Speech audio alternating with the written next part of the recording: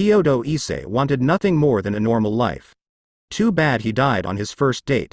Summary's weird, but the story should make up for it. Issei X Harem. Summary. Hyodo Issei wanted nothing more than a normal life. Too bad he died on his first date. Summary's weird, but the story should make up for it. Issei X Harem. Chapter 1. Rebirth. I'm so sorry. A woman's voice choked in sobs. In her hand she held a wicked-looking red energy spear. She has dark purple hair that reaches down to her calves with two bangs between her dimly glowing purple slit pupil eyes within the pool of her black sclera and two chin-length bangs framing her face with a sigil of control, glowing on her forehead. On her back is set a black angel wings.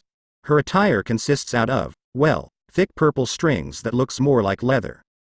With one below each of her E-cup bust and another set directly over her nipples. She also wears a thong-like underwear with three thin straps that leaves little to the imagination along with a set of thigh-high leather boots with heels. She wears shoulder guards on each shoulder with the right one having three spikes protruding from it. She also wears a set of gloves that reaches up to her biceps. Above her head floated a halo, but this was no holy golden-colored one. This one was red with crimson spikes, like a thorn crown, that glows a dark purple aura. But my body's moving on its own. She choked as tears leak from her eyes. I have no choice but to, she said as she was instantly before her target with a flap of her powerful wings and her spear piercing his chest. The young man gasped as he felt the light weapon pierced out of his back and blood began to flow freely from his wound. The winged woman allowed the spear to vanish, breaking apart into light particles as she caught the falling boy in her arms and hugged him close to her chest as tears began to flow from her eyes. I'm sorry, she whispered as the symbol on her forehead vanished. She then held his head up by his chin and looked into his dark brown eyes. She then gave him a gentle peck on his lips. I'm so sorry. She repeated her action before gently placing him on the ground and putting a dark pink fluffy wristband on his stomach, his blood pooling around his body. Opening her wings, she gave the dying youth a tear-filled gaze before taking off into the night sky. We would have been happy together, she thought sadly as she forced herself to go further away. Goodbye, Issei-kun. Her eyes then glowed with anger. When I find the asshole that made me do this, I will kill him, she vowed. TDL. The young man about 17 lay on the ground in the park. It was night. Probably around 8 or so. He lay there alone in the pool of his own blood. His pants and shirt dirtied. Is this the end? He thought. His light brown eyes losing their light, seeing a winged person flying away. He was aware that the person was being controlled beyond their reasoning. Don't cry, he thought. It's not your fault. His dark brown hair was caked in his blood as they coagulated. If only. He raised bloodied hand. Red. He smiled lightly. Just like her hair. His hand dropped and a card appeared on his palm. A red circle appeared. If one was known in the arcane arts. It's a summoning circle. A red-haired young woman appeared. A beautiful young woman who appears to be 18 with white skin, and G-cup bust along with a figure that matches it. Her most distinctive feature is her long beautiful crimson hair that reaches down to her thighs, with a single ahoge sticking out from the top. Her hair also has loose bangs covering her forehead and side bangs framing her face. She wears a Kuo Academy girls' school uniform, which consists of a white long-sleeved, button-down shirt with short sleeves with a black ribbon on her shirt collar worn under a black shoulder cape and a matching button-down corset, a magenta skirt with white accents, and brown dress shoes over white thigh-length socks. Her bright slit blue-green eyes in red sclera looking at the downed male with pity, compassion and what seems to be longing with a hint of lust. I will help you, she said in a calming seductive tone. If you be of service to me, of course. The young man looked up weakly. A blurry vision of the person that wishes to save his life. I want to live, he stated weakly. If it means that I will be of service to you, I will do it. The young woman grinned slightly at the downed teen, showing a set of normal teeth, but with short sharp fangs. She kneeled and places her hand on his wounded chest, gritting her teeth as her hand seems to be emitting steam. Then you will be reborn, she said as jagged bat-like wings came out of her lower back. She then held up her right hand, 8 chest pieces hovering over it. The young man's pale brown eyes widened slightly, then he smiled. Thank you. He closed his eyes and sighed. TDL. Location. Old abandoned church. Broken statues of angels lay on the ground and desecrated. Several men in robes wandered about the area, patrolling on their shifts and making sure to send anyone that stumbles around their home or kill intruders to dare enter the premises. What's taking that woman so long? A man asked in a bored tone. He is a middle-aged looking man with short black hair and dark blue eyes. His attire consisted of a pale violet trenchcoat over a white dress shirt with a matching ascot, black pants and shoes, and a black fedora. Some patients would not kill you, Donasik. A woman said with a scowl aimed at the taller man. She is a tall and buxom woman with long, navy blue hair that obscured her right eye, revealing her left brown eye. Her attire consisted of a violet, trenchcoat-like top with a wide collar, a matching miniskirt, and black-heeled shoes. The trenchcoat top was open at her chest, giving view to her E-cup bust cleavage. She also wore a gold necklace around her neck. I don't want to hear about patients coming from you, Calawarner. The fedora-wearing man sneered. Rainier is taking too damn long with a single human. He snickered. Calawarner narrowed her eyes, not liking the way he laughed. What did you do? She growled as her wings fluttered out her back threateningly. The man scoffed at the woman's blatant display. He unfurled his wings, 2 sets of black raven-colored ones, showing that has more power than the woman before him. What are you going to do about it? He challenged. Before the brunette can even think of a reply, she heard the front door of the church burst open. What was that? She muttered as she rushed to the entrance, ignoring the 4-winged man's shouting. Rainier was in disarray, breaking the benches and pews in the broken-down church with her fists and feet in her mourning state. Some of the robed men tried to stop her, but was dealt with by being tossed off by the winged, scantily dressed black-winged woman.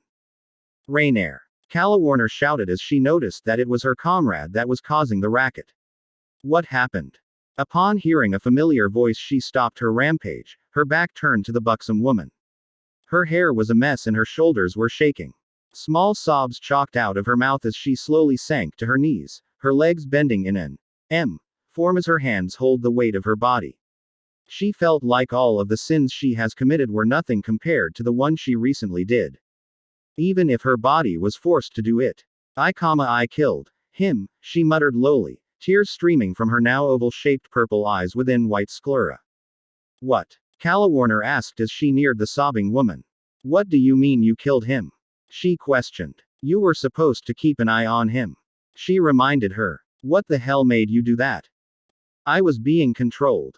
She shouted back, her wrecked mind causing her to automatically talk in Hebrew.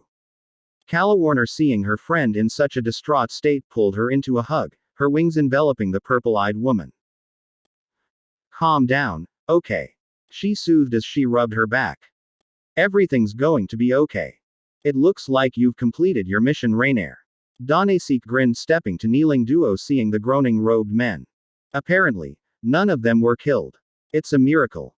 Calawarner growled, looking at the man, the whites of her sclera sinking to its black color and her eyes turned to slit as her thorned halo floated over her head. Her wings wrapped more around the distraught woman. What did you do? She punctuated each word as a sentence. She held the now hicking woman in her arms. Just a little persuasion, he said loud enough for Rainier to hear, knowing it would make her more miserable. But sadly, in the name of Re&D Anubis and great and powerful Murphy, the fuck you up law, that plan backfired. You did this, her voice came out in an accusing whisper, cold and distant. Calawarner shuddered as she looked back to her companion. Issei-kun, you're the bastard, the fucker that made me killed Issei-kun. Rainier breathed out, her eyes turning to slit as the whites of her sclera burned black.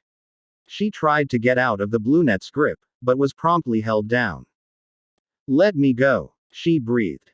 No, the brunette replied firmly. You need to calm down, Rainier. Calawarner warned. He can kill you and we both know it. Rainier roared as she grabbed the busty brunette's shoulder and tossed her to side with enough force that break a human's bone structure to mere pieces. Thankfully, Calawarner was not human at all. You. Her wings unfurled, opening widely. You. Her thorned halo glowed with unholy fire.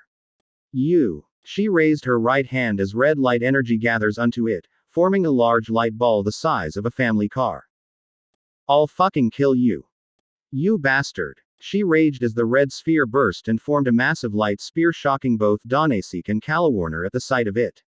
Her wings were wide open as her thorn halo was burning brightly. The man quickly schooled his features and chuckled arrogantly. You think a low-class fallen angel like you can beat me? I have 2 sets of wings, which obviously makes me much stronger than you. And what can a weak oversized light spear from a weak crying woman like you do? He taunted. Raah. Rainier roared, throwing the large spear at the man, not hearing her friend's warning that she might destroy their hiding place. Donasek stood there with his arms crossed over his chest and his 4 wings wide in display, overly confident that the spear would do nothing but maybe singe his clothing. But upon being within few meters of the unholy attack, he actually felt the energy within it. And that actually mildly frightened him. But before the spear was within distance of impaling the man, it was stopped by a small girl's hand. What the hell is going on here? A young girl asked as she held the large tip of the light spear with little to no problem. She is a girl with blonde hair styled into twintails and bright blue eyes. She wears a gothic Lolita attire, which consisted of a black Lolita dress with white frills over her A-cup bust, a large black bow on the front, and a green jewel embedded on the collar, white thigh-high socks, and black shoes. She also wore a large black bow on top of her hair. She gripped the tip of the spear, letting it shatter into millions of fading light particles. Middled. Calawarner sighed in relief seeing the small girl as she stood up. That blow was harder than she thought. The short blonde girl, however, glanced to the tall man, who hid his nervousness well. Raah. Rainier shouted, dashing towards the man, a light spear grasps within her right hand. That's enough. Mittelt sighed as she grabbed the taller woman's arms and karate chopped the back of her neck, knocking her out. Calawarner, take Rainier. Make sure she rests well. Yes, ma'am. The brunette nodded as she carried the knocked out woman with her. Mittelt. Before the man can say anything else, he was smacked across the face by the small girl, backhanding him into a wall, the structure crumbling under the force of his body hitting against it. Mittelt rounded upon the man and threw a pink light spear, pinning his shoulder to the wall. Quadruple A-H. The man screamed before he gagged when a small hand gripped his neck. I don't know who authorized you to use the control sigil on Rainier, but I will find out. The gothic-dressed girl growled as her eyes within the pool of her black sclera while her thorn halo burns brightly. By the time I find out, you would have wished that you did not fall from grace. She snarled before kicking him through wall. Fix that wall. She ordered the robed men as she walked away. I have to let Azazel know that someone is moving against him. And I believe I know who it is. Set up a memory-altering spell. Now. TDL. 1 month ago, Ku Academy. The young man woke up with shock and pain after being hit in the head by the volleyball. Ouch. He groaned as he picked the ball up. He wears a red shirt with a black blazer over it along with black pants and pair of dark red shoes. Sorry about that. A female cried out. Her face was hidden and was wearing a white short-sleeved shirt with blue bloomers. It's fine. He sighed as he got up and gave the sport ball back to her. Just be careful next time, please. He smiled. Thank you very much. She bowed as she returned to the open field. The brunette sighed as he sat back down on the grassy field. What a weird dream, he thought. Yo, Issei. He heard a male called his name. Brown eyes located the source of the voice and saw 2 males running towards him. Matsuda, Motohama. He sighed at the 2 as they approach him. Matsuda wears short-sleeved buttoned white shirts with dark blue pants and brown shoes. He has light brown hair that was loose and flowed down his chin and wears glasses. While Motohama's head is shaved bald and does not wear glasses. Hey Issei, we're going to peek on the kendo club later. Wanna join? The bald student asked with a lecherous smile. Nah, I'm good. He replied in a lazy tone. But you always come with us, Motohama exclaimed. Only to get your asses out of the beating you so righteously deserved. He thought, but said. Not in the mood, guys. But. Motohama started. Think about. He began with a bit of drool leaking from the corner of his mouth. He sighed. Murayama. Her boobs are amazing.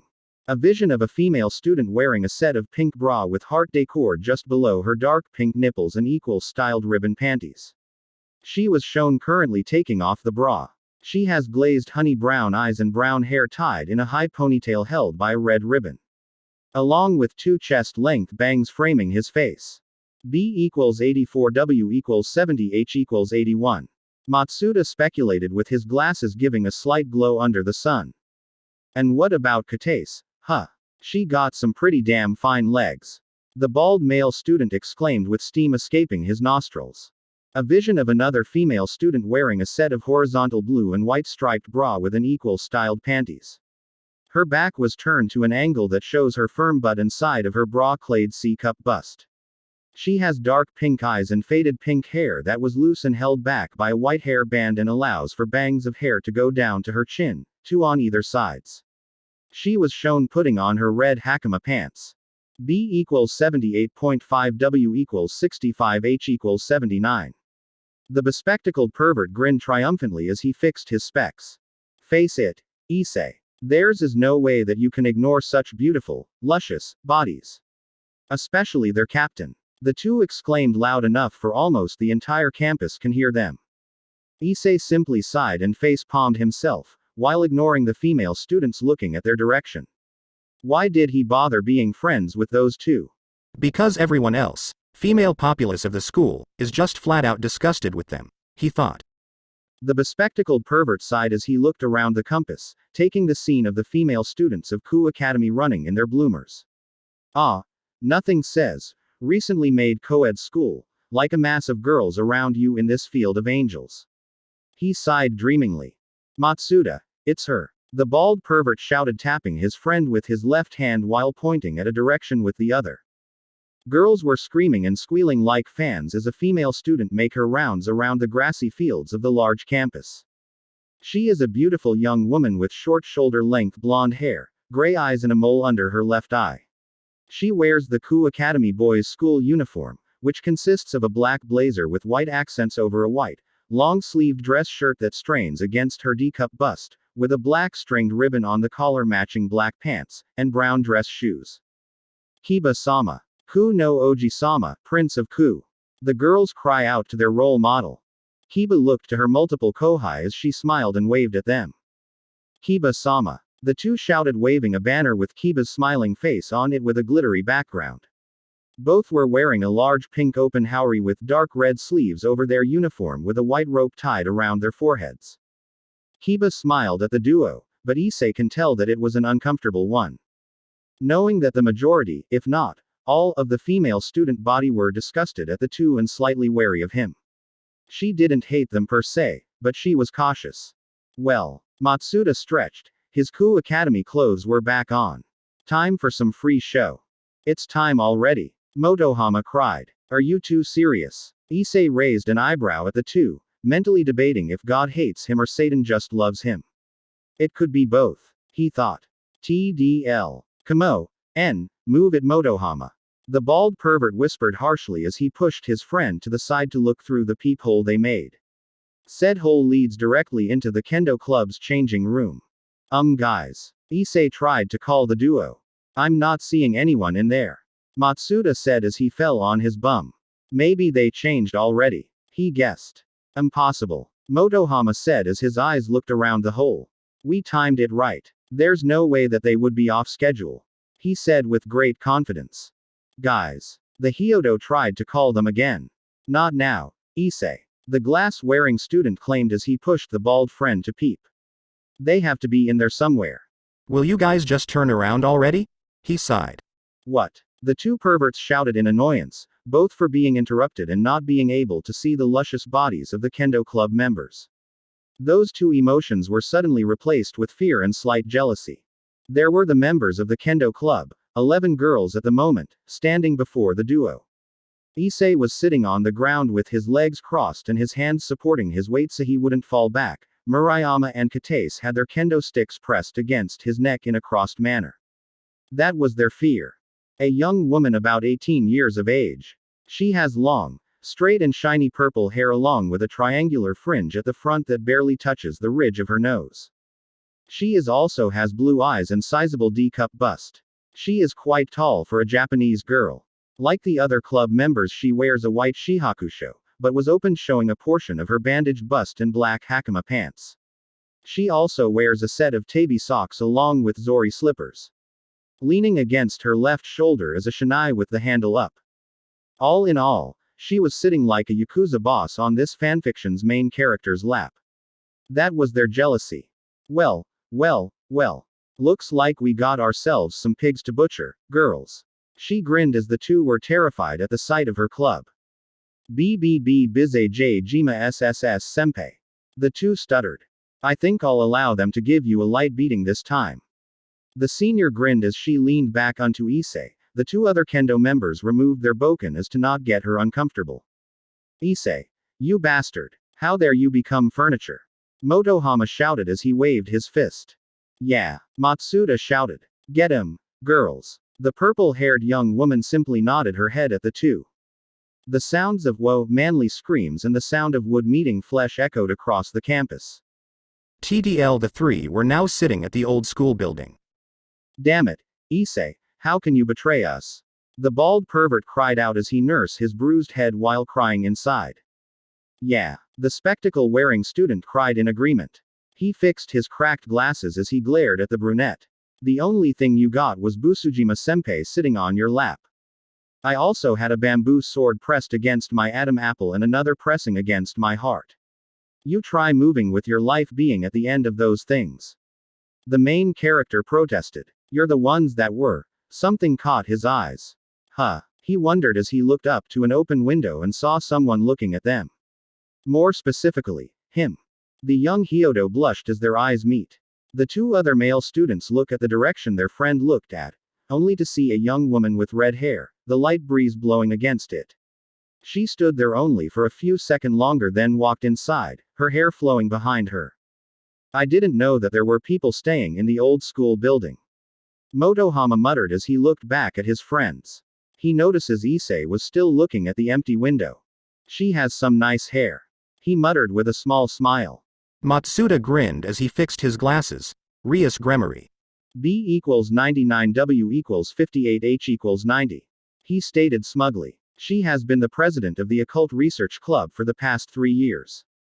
Rumor says her family came from Northern Europe.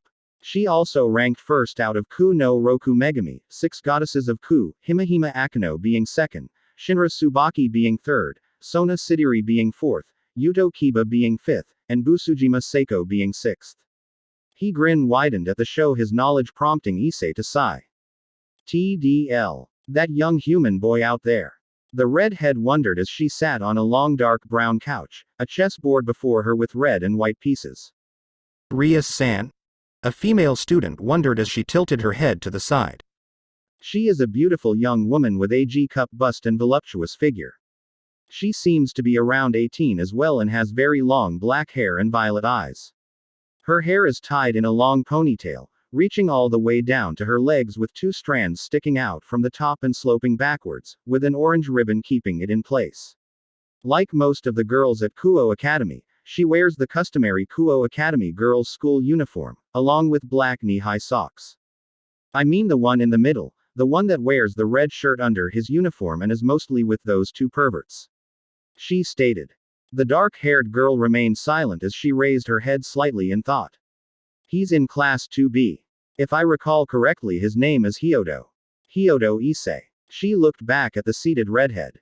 What about him? She asked simply out of curiosity. Rias looked at the board on the coffee table. Reaching out, she answered. I was just thinking things. Placing white pawn on the board, she declared. Checkmate. Oh. The other female student wondered as she looked at the chess pieces, wondering how her friend managed to beat this strategy. Standing up, she looked at the open window and sees that it was almost time to close the clubhouse. It wasn't that hard, she admitted as she began to unbutton her corset. I simply raised the level a bit more to give myself a bit of a challenge. She then reached to side of her skirt, raising her white shirt a bit to get to the zipper on the left side of her hip. She managed to pull her skirt down, showing that she was wearing a pair of dark purple V-back panties, the color hiding her privates as the top portion being a transparent shade with a light purple ribbon bow on it. She then unbuttoned her shirt and opened, showing a matching pair of bra. She unhooked the back as moved the garment down her arms, freeing her breasts from their confinement. She then made her way to a dark-colored curtain and moved it aside, revealing a shower. I think I'll raise the difficulty a bit more next time. She smiled, her sclera flashing red momentarily. I'll make sure of it. The other girl bowled slightly. Mind if you take a shower with me, Akano? She offered. I can clean your back for you. That would be a very kind of you, Rias. The young woman smiled at the invite. TDL. Issei sighed as he leaned over the crossing bridge a few blocks away from his home. Those two are idiots. He groaned as he wiped his face with his right hand. I wonder if I would have been like them if I had gone to that weird old man too, he wondered. Maybe I should cut my ties with them. I mean, the longer I hang out with them, the more less of a dating option I'll become. Excuse me? A timid, shy voice called his attention. The brunette looked to the side and noted that he was the only person on the crossing along with another. She is a young woman with violet eyes. She has long black hair down to her hips. She has a slender body, with large E-cup busts. She wears a school uniform, which consisted of a dark red jacket with the letter P embroidered in gold, a white undershirt, a red string bow, and a green skirt with a thin white strips around the lower end of it. He blushed at the sight of how her innocent eyes looked at him.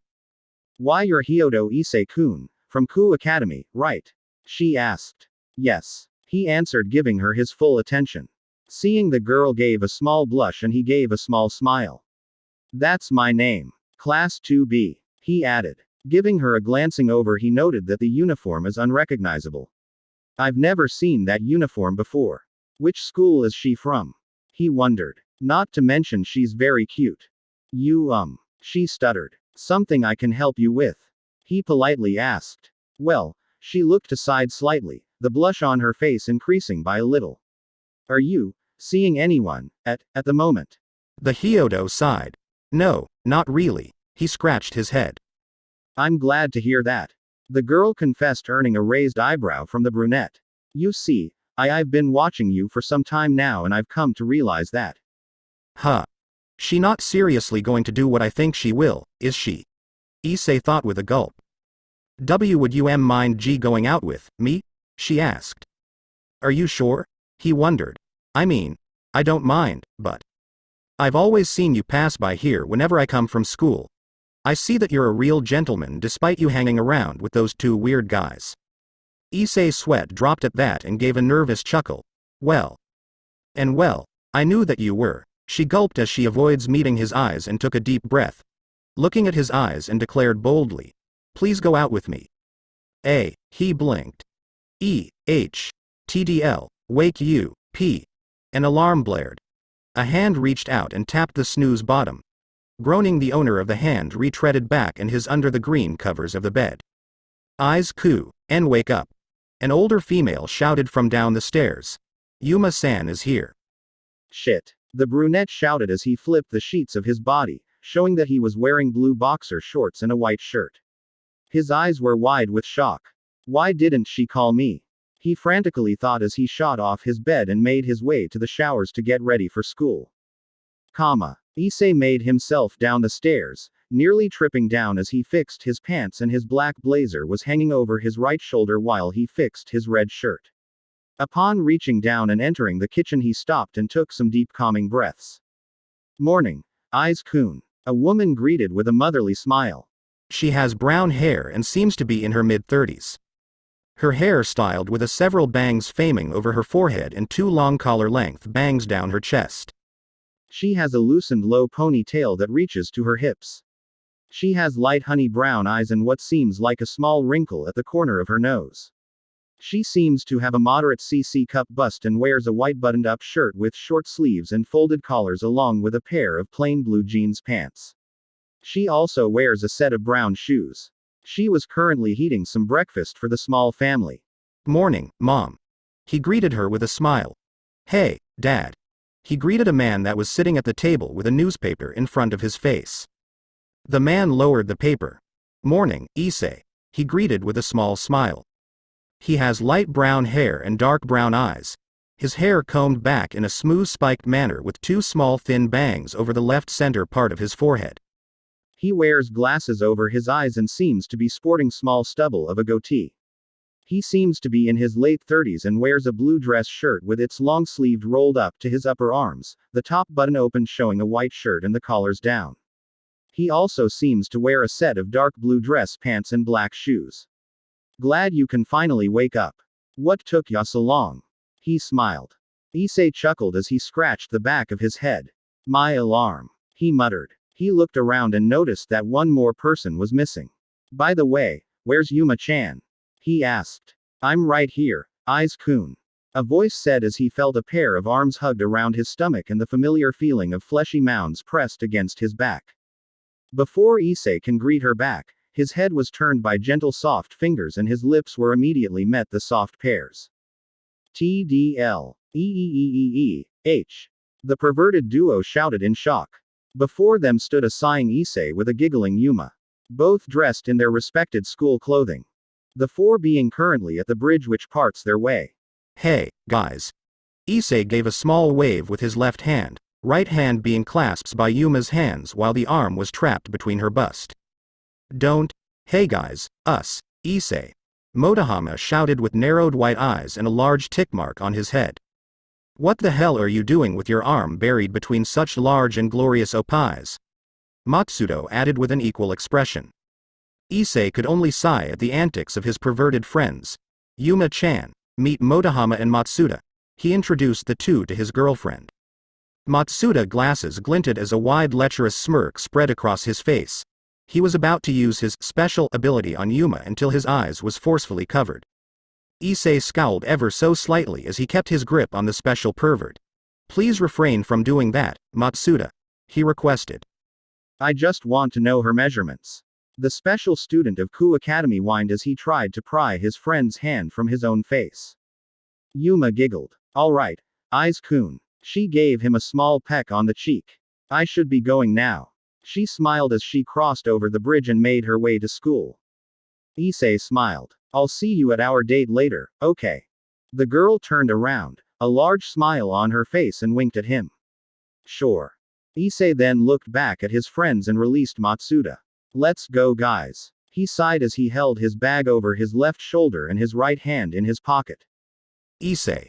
You have some explaining to do. Matsuda demanded, his nostrils flaring steam. TDL. Yuma stepped into a house and sighed as she closed the door. It's been over a month already. She heard a female voice behind her. She didn't even jump, sensing the person before she even opened the door. Hey, middled. She turned to the smaller girl. Don't worry. I got my reports. The Lolita-dressed girl nodded. Good. So anything yet? The busty teen shook her head as she walked in and sat on the sofa beside the fallen angel. Nothing that big though, just a small presence alone. She stated as she opened her blazer and loosened the top 5 buttons, allowing a good portion of her black bra-clad cleavage to show.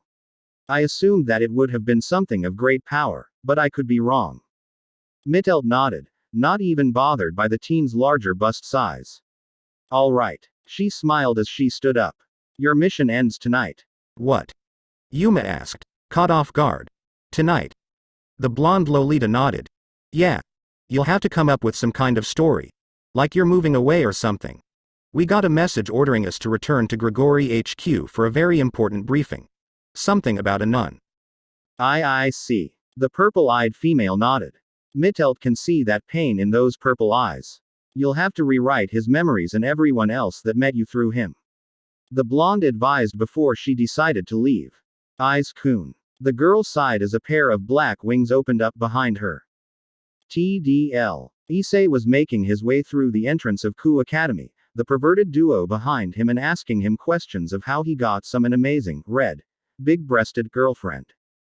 He ignored the stares aimed at him and the perverted duo. They, like him, wondered how he can be around them despite their overly perverted tendencies. Okawa-chan always said that everyone needs a friend. He mentally thought as he stopped when someone was standing in his way. That someone being a petite girl of 15 years of age with white hair and hazel eyes. The front of her hair has two long bangs going past her shoulders and several loose bangs hanging over her forehead, while the back has a short bob cut. She also wears a black cat-shaped hair clip on both sides of her hair and wears the Kuo Academy girls' school uniform, without the shoulder cape. Her face was a mask of neutral expression, giving no visual sigs of emotions. Even her eyes were the same. Kaneko-cha, N. The two perverts cried in unison as they gushed at the sight of the dubbed mascot of Ko Academy.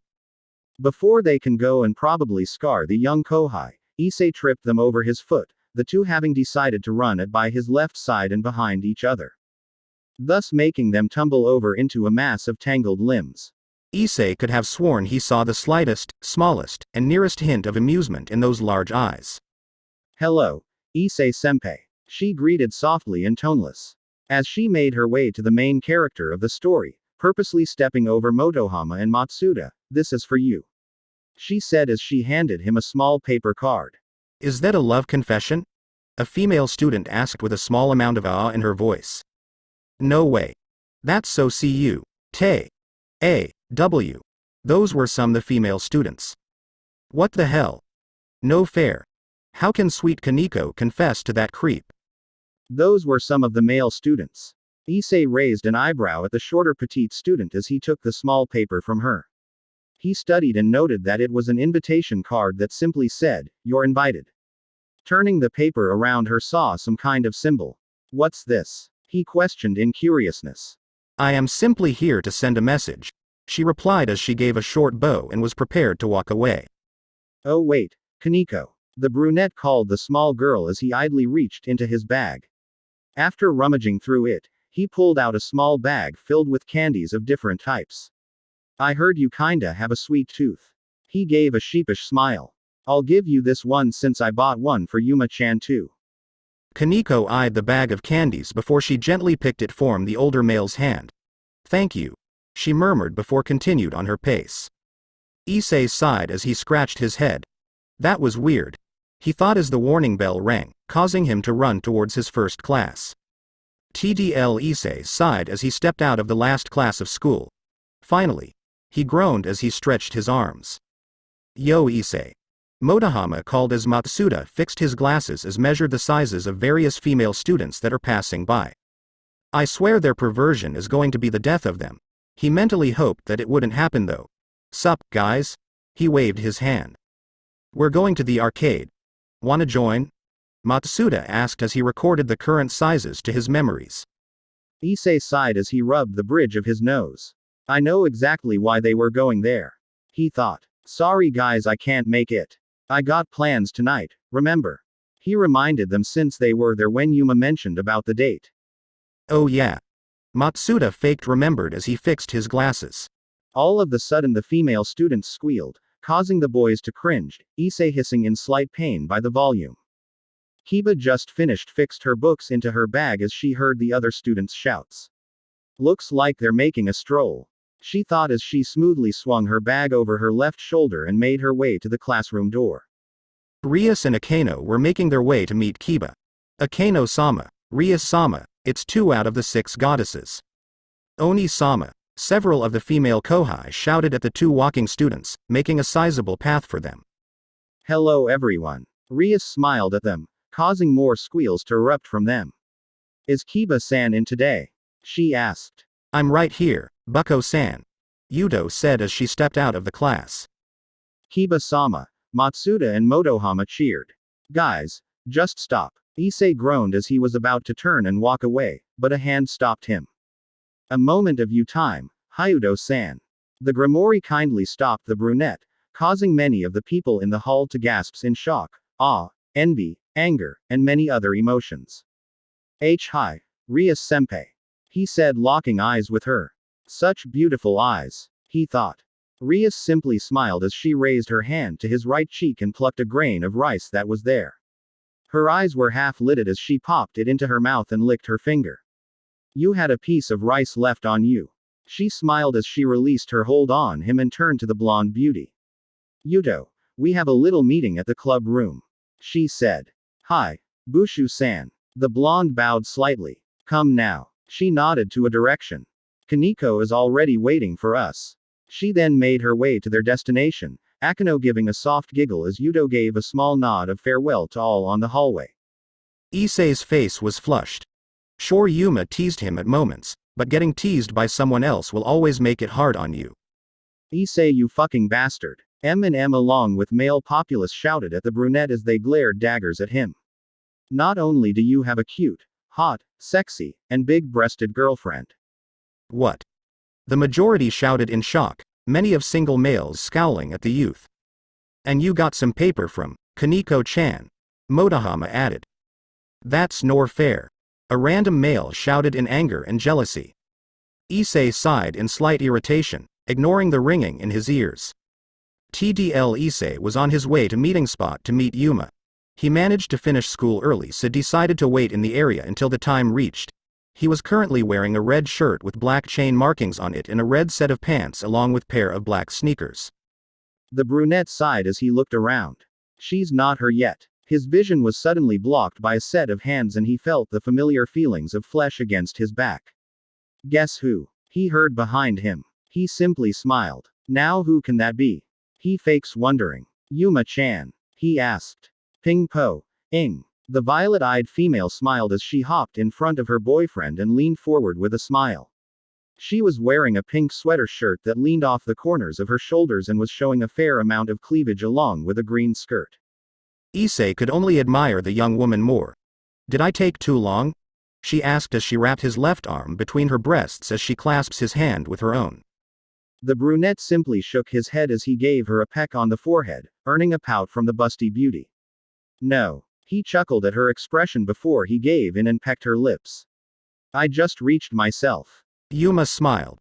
Well then let's go. She cheered as she pulls the young man with her, the older people and couples smiling at the young ones.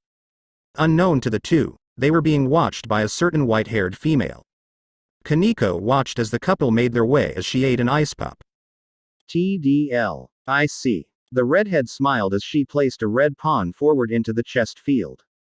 She had her legs crossed as she sat back into the couch. As expected in your intuition. Kaneko muttered. So he's been with that woman for the past month. Akano frowned slightly, a small sign of anger flashed through her eyes. And only now we've known about this? She asked. I've always known. Rias stated as she looked at her friend. I simply decided not tell you knowing how bad of a topic it is to bring up a fallen angel, Akano. Rias pointed out to her friend. Forgive me. The young woman said with a small sad frown on her face. Rias stood and walked to her friend. It's all right, Akano. She soothed as she wrapped her arms around the taller female and brought her into a hug. I'm sure we'll get the fool that made you suffer. I promised, did I not? You did. Akano nodded in agreement as the redhead released her embrace on her. Thank you, Rias. She smiled. What are friends for? The Gremory smiled back. But, Kaneko caught the two older females' attention once again. I did not feel any ill intent of sorts, she reported. What else did you sense, Kaneko-chan? Yuto asked from her position, leaning against the wall with her arms crossed below her bust. Kaneko's expression did not change in the slightest as she turned to her blonde senior. Something is bothering her. As if she is scared of something that she had gained over the weeks. Did you sense anything within Issei? Rias asked as she looked at the petite white. I sense a power inside him. She began. Something powerful, dangerous, ancient. Rias smiled, her sclera burning red as her bat-like wings opened. I was right to advise to look after him. She got up and walked towards the seated Kohai and wrapped her in her wings. You did well using your senjutsu. I told you it would be a good to try it. But what if Kaneko began. You won't. The redhead stated firmly. We will be there to help you. What will we do? No, Rias? Akano asked her friend. The young woman released her hold on the white and folded her wings behind her. We've made some preparations. All we do is wait. She grinned. TSH. How about this one? Yuma asked as she held a green shirt with a feather printed on the left chest over Issei's shirt. Green looks okay on you. Issei chuckled as he looked at his reflection. I don't know. He shook his head. Green isn't really my color. Yuma giggled as she held the shirt to herself. Well, I think it would look good on you. The brunette turned to the dark-haired young woman and grinned. Do you? He challenged. Yuma giggled. Maybe. She answered as she placed the shirt back on the rack and something caught her attention. You want it? She heard the young Hyodo. Huh? Issei saw that she was looking at dark pink fluffy wristband and picked it up. Do you want me to buy it? He asked again. Yuma nodded with a small smile. The two walked out of the clothing store, both with smiles on their faces. If one were to look closer they would have noticed the pain in Yuma's eyes. She held the small trinket in her hands before placing it over her left wrist. Nay, Aiz-kun. Can we eat somewhere? Yuma asked. Sure. He nodded before looking for a small cafe. How about that one? Yuma smiled as she pointed at a cafe a few meters away from them.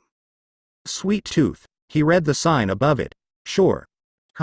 Now, Aiz-chan, A.H. Yuma said as she held a small spoon of her scooped parfait to the brunette that was sitting beside her. A.H. The brunette repeated as he took the spoon in his mouth, ignoring the obvious jealous looks from the male patrons. So how was it? She giggled before she took the same spoon and ate some of the shared dessert into her mouth. It tastes good. Issei nodded. Then how about this? She pulled him into a kiss, sending some of the parfait that was left in her mouth to his. That lucky bastard. How can someone so hot be with someone so, him? Immediately the majority of the men and young men inside the cafe felt their ear twisted in a familiar fashion.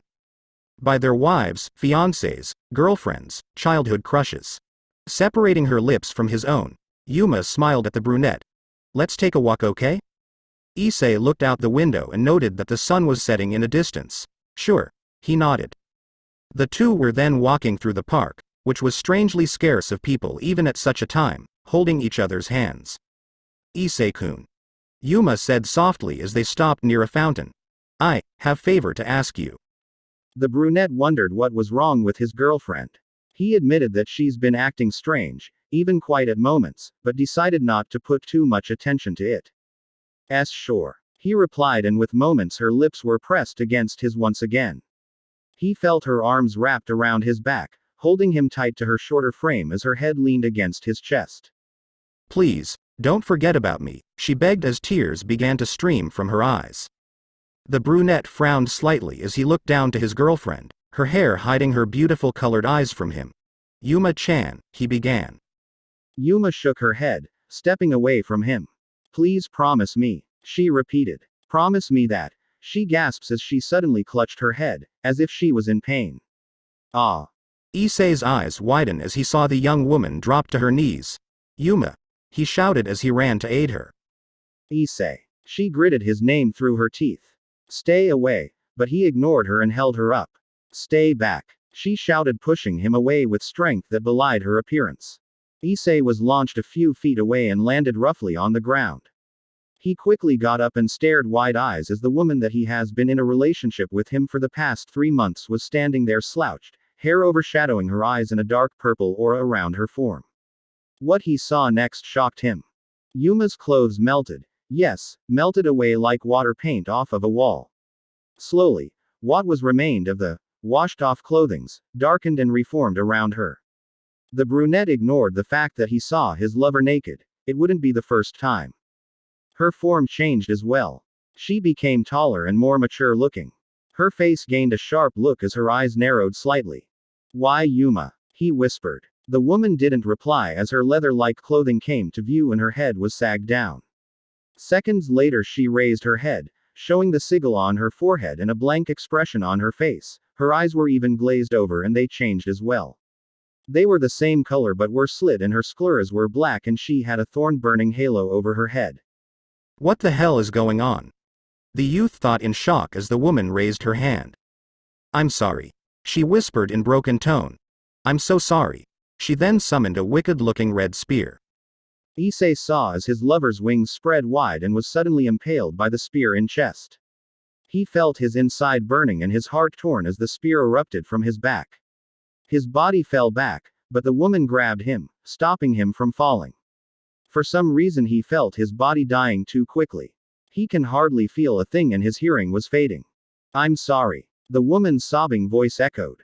He felt her lips against his own, tears rolling down the sharp face unto his own. The supple lips lingered there before he was gently laid on the ground. I'm so sorry. She pecked his lips one last time before leaving something on his chest. She then took off with a strong flap of her wings. The last thing the brunette remembered was a red-haired buxom young woman holding up 8 chest pieces. 8 pawns to be precise. And that was chapter 1. What do you think? Let me know. Reviews are welcomed and flames will be used to feed DDRAIG. CH1 of 5 next, just in community forum. More. The Dragon Lord by Rian D. Anubis. Anime, High School DxD, Haisukuru D times D rated. M. English, Supernatural and Spiritual, H. Issei. Rias G. Rainair. Words, 181k plus. Faves, 674. Follows, 689. Published, July 10, 2016. Updated, October 28, 2017. 277. Chapter 2.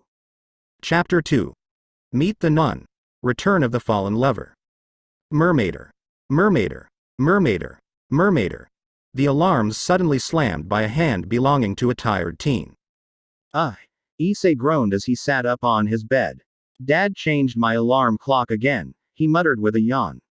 Scratching his head, he looked around his room. What a weird dream, he rubbed his eyes. He then picked up his phone and noted that there were no missed calls of messages. He scrolled through his contacts and was shocked of what he could not find. TDL. What do you mean you don't remember her?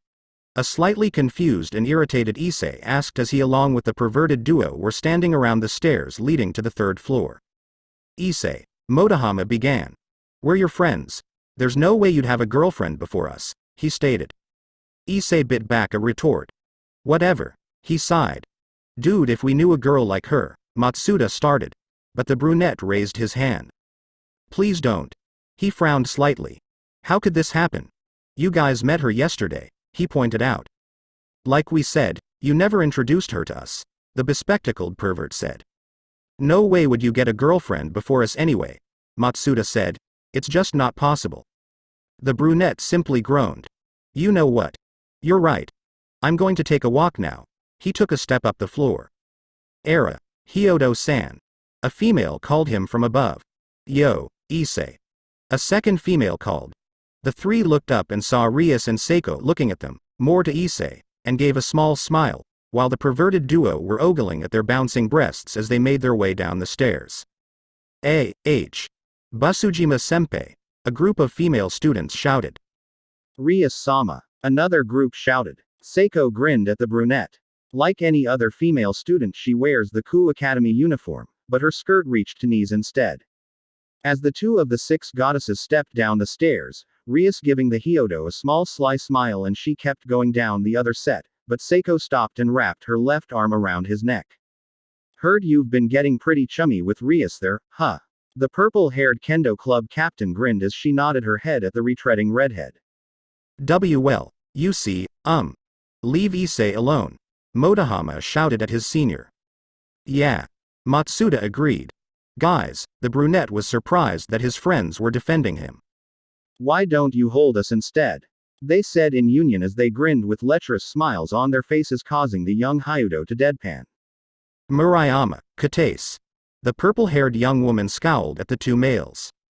Tushin eyes suddenly slammed onto the bald and brown-haired pervert with the shouts of men, hitting their heads and knocking them down to the ground. Ow. The bald pervert hissed in pain as he held his shaved cranium. What the hell? Yeah. The glass-wearing one agreed as he rubbed his scalp. I meant to hit their heads between their legs, Seiko pointed out to the 2 kendo members. She then shrugged. Probably wouldn't hit anything anyway. She then grinned at the brunette. I'll see you around, Hyodo. She then walked away, Katase and Murayama following her like 2 bodyguards to an important actress. Issei rubbed his head with a sigh. What the hell is going on? He wondered. Who cares? Matsuda mumbled after finally being able to think with whatever brain cells left in his head. So how about we look at that collection of yours, huh, Matsuda? The glasses-wearing pervert grinned. Damn straight we will. The bald one replied. Arrow is life. Arrow is FOREVER.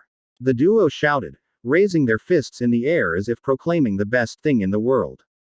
Those two were despicable. I kind of feel sorry for Hyodo. I know, right? He's not even as perverted as those two, yet. Issei sighed as began to walk down the stairs. Oi, Issei. Wait up. TDL. How was school today, Aiz-kun? His mother asked as she placed a plate of food before him. Issei blinked. It was good, Mom. He smiled at her. You seemed troubled, son. His father wondered as he picked the remote and changed the channel.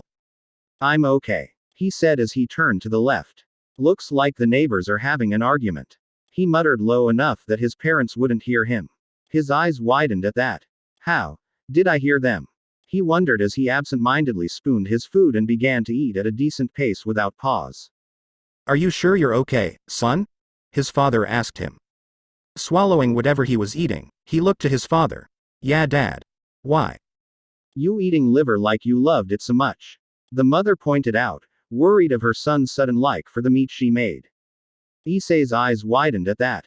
He hated liver, but he always ate what his mother placed for him. He looked at his plate and gulped last piece of cooked organ that was in his mouth and noted that just a few rice and steamed vegetables were left on his plate. What's going on? Why did I feel so hungry? Excuse me, he said as he stood up. I'm going to go for a walk, is that okay? I don't see why not. The father replied as his wife looked at the clock, seeing that it was about 7 o'clock. Please come back home before it gets too dark. Okay, Aiz-kun? His mother asked. The brunette smiled. Don't worry, Mom, he assured her. I'll be fine. He then picked up his plate and put it into the sink and began to wash it. TDL. Issei was making his way down the hill of his neighborhood. This isn't right. He wondered as he looked around the area, the sun setting and darkening the place. It's getting dark and yet, to him he can see as clear as day. I can see so perfectly. He blinked. Oh, H. He heard a moan in the distance and looked at the direction. Okay, he breathed. I can see in the dark and apparently I can hear stuff from a good distance. I heard the neighbors complaining about their deadbeat son and I can assume that I can hear about a block away from a couple that's making their way to a love motel. He frowned. What the hell is going on with me? He wondered as he continued his walk. For some reason, I feel like there's some kind of power that woke up in me. Some kind of energy flowing through my body. He unwillingly placed his hand over his chest. My body's acting strange. He looked to a house and noted how can see clearly as if the sun was still out. Looking at his phone he noted that he was out of the house for about an hour.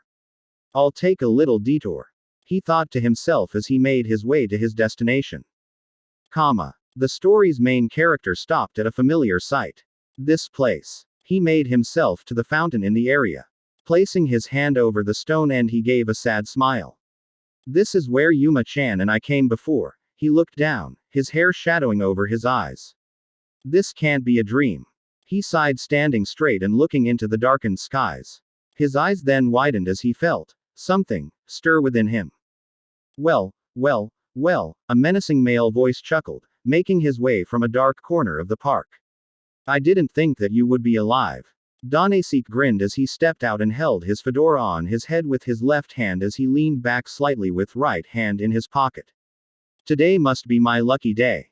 He chuckled as he eyed the young man like a predator would his prey. Issei stepped back, his legs pressing against the fountain and nearly toppling over the edge. Who are you? He frowned, mentally looking around to see if he can get away from this well-dressed man. My name is of no importance, devil.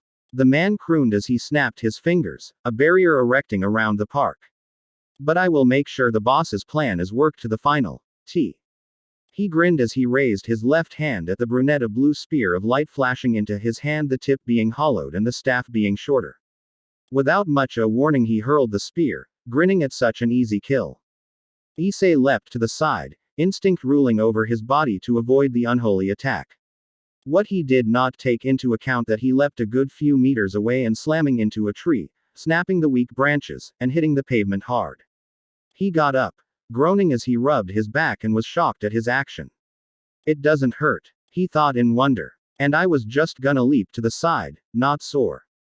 Ho! Danasik scowled slightly at the young man as his two sets of wings widened as a display to intimidate the brunette. You dodged that. He summoned another spear. Gonna have to fix that. Wings. Issei's eyes widened. Yuma-chan, he thought. He shook his head before he turned and run. Gotta make sure no one else is here. He added as feathers began to rain around him. Shit. Forgot that he has wings. Looking up, he sees that the man was right above him. What a weakling. Danasik scowled as he was instantly before the young man and swung his arm with a close line, knocking the teen on his back and was painfully sliding behind him. He then twirled his spear and threw it, pinning Issei's left leg into the ground and causing him to scream in pain and agony. Triple A.H. The student of Ku Academy yelled. He gritted his teeth as he gripped the light-infused weapon, his hand instantly released once he felt them burn like fire upon grasping it. What the fuck? He gritted his teeth as pain was sent through his body. Low-level creatures like you are so troublesome. The man sighed as he summoned another light spear. He watched as the young man grit his teeth in pain as he glared at him. HMPH. I don't sense the presence of a master. He stated. You tried to escape, but did not expand a magical circle. You must be a stray. He snapped his finger as the holy spear pinning the young Hyodo shattered into pieces. Then I'll just kill you. He raised the spear ready to impale the young man. This has to be a dream. A sick fucked up dream. He struggled to get up, but pain lanced through his body as blood poured from his leg. He only managed to move back slightly. Danasik was before the brunette with his wings flapping, slapping him aside with the left set and hurtling the spear at him, pinning Issei through the stomach to a tree. Gah. He coughed out a bit of blood as he gritted his teeth and attempted to pull the unholy weapon from him, ignoring the burning that he was receiving from it and the blood. This hurts, he mentally gasps. But why is it starting to feel less? He wondered. This wasn't as bad as when Yuma-chan did this. It hurts, doesn't it? The fedora-wearing graceless man grinned at the young man's suffering. Light, rather it's holy or unholy, is very poisonous to your kind after all. He looked as the brunette still struggled to pull it out. But you seem to be gaining a type resistant to it. As if, adapting, he frowned as he created another unholy spear, putting more of his power into it and growing to the size of an average adult male. If I kill you now, I might be able to bring your head for Rainier. He chuckled. Rainier. The Hyodo was getting tired of pulling the weapon from his stomach and was losing blood.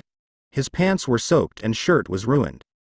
Now let me see as the light fade from your eyes. He grinned as his thorned halo blazed into existence and his sclera burned black. His teeth sharpened as his jaw seemed to have unhinged slightly. Irises turning to slit, he dashed towards the pinned young man. I'm sorry, everyone. He thought as he closed his eyes. I'm sorry, Yuma-chan. Just then a black bolt with red ends struck the four-winged man, knocking him back with a small explosion. Gritting his teeth as he patted his chest to numb the pain as he growled. Who did that? He asked menacingly. His answer came in the form of Rias stepping forward. Don't you dare lay a hand on him. She scowled at the graceless angel. Her eyes were slit as her sclera raging red. Her teeth were sharpened as her wings were out in full display. Our Rias, senpai, Issei muttered weakly before his bodies succumbed to the blood loss and passed out. And who the hell are you? Danasik inquired as he held his spear at the ready. Another spawn of Makai. Mind your words, you deformed crow. Rias spat as a menacing red aura surrounded her body like flames, her hair blowing under its power. The man simply scoffed. Don't think that flaunting such a weak aura will help you. He eyed her body from chest to waist. But I wouldn't mind a little show. He grinned before he launched the enlarged spear at her, lowering the power in order to incapacitate her. Sensing the power drop and scowling at his attempt, Rias' aura rose before she simply smacked the unholy spear aside, ignoring the burn that was slowly healing on her hand. Before the man could create another spear, a white blur was right before him. He glanced down, seeing a petite white-haired girl with yellow slit eyes within the pools of red sclera, her face showing no emotions as her small fist smashed into his stomach with small sound of a, sheathing the small appendage to its elbow. Gua. Danasik coughed out some saliva, nearly losing concentration of maintaining his spear. Growling, he thrusts his weapon forward, missing the small girl by a margin. Good work, Kaneko. Rias complimented her kohai as she landed beside the redhead, who only got a nod in response as they both look at the four-winged man. You insolent fools. Do you truly think that you can defeat me? He bellows as he raised his spear above. Today's forecast is lightning with a chance of strike. A female voice giggled before said prediction struck. Donasek looked up as several yellow rotating circles were guiding a lightning bolt towards him, fast enough to be struck by the electrical element. Gritting his teeth in both anger and pain, he glared at the duo as Akino came forward with a small smile and a step that gave her breasts a very noticeable jiggle, electricity crackling between her fingers. Her eyes being slit along with deep red sclera peering into his eyes. That lightning felt familiar, almost as if he banished the thought as he looked at Rias once again. Red hair, he muttered as he stood tall. I see. You must be from the Grimoire family. Rias gave a devilish smile. That's right. My name is Rias Grimoire. She raised her hand, power glowing with it. How are you today, you dear deformed crow? She mocked with fake bow. Her eyes flashed as she sneered at the man. So what gives you rights to attack someone of my peerage? She asked. And in my shared domain no less. The man gritted his teeth as he dusted his fedora, the halo fading away like a dying flame. Well, he placed his styled hat upon the crown of his head, hiding his eyes from them, and his jaws snapped back in place. Forgive me for being so bold. He stood as he palmed his left hip. I did not know that this was your territory. And to think I was doing you mongrels a favor. He goaded as he glanced at the still pinned Hyudo. How is he still alive? He wondered as he willed the spear away, releasing the young man. Kaneko. Rias commanded her white friend. Hi. She murmured as she went to the fallen brunette and began to tend to his wounds. I'm going to pluck those wings and fry them. Rias said. Akino allowed arcs of electricity to go through her hands. No mercy should be given to those that hurt my loved ones. Well, how about I apologize for today? He smiled, raising his head and looking at the Grimoire with a normal single eye in view. Besides, don't you have a little devil to look after? He said in a mock-cooed tone as he released the hold on his hat and raised his hand in surrender. Rias frowned. Fine. You get to live only to die another day. Take your leave. A little advice, young miss. You should keep an eye on your manservant there. He smiled. It would be unfortunate if something were to happen to him during his late-night walks. His wings spread open. And a warning to you. If you ever lay a hand upon my comrades, I will not leave you off scot-free. The same to you, Miss Grimoire.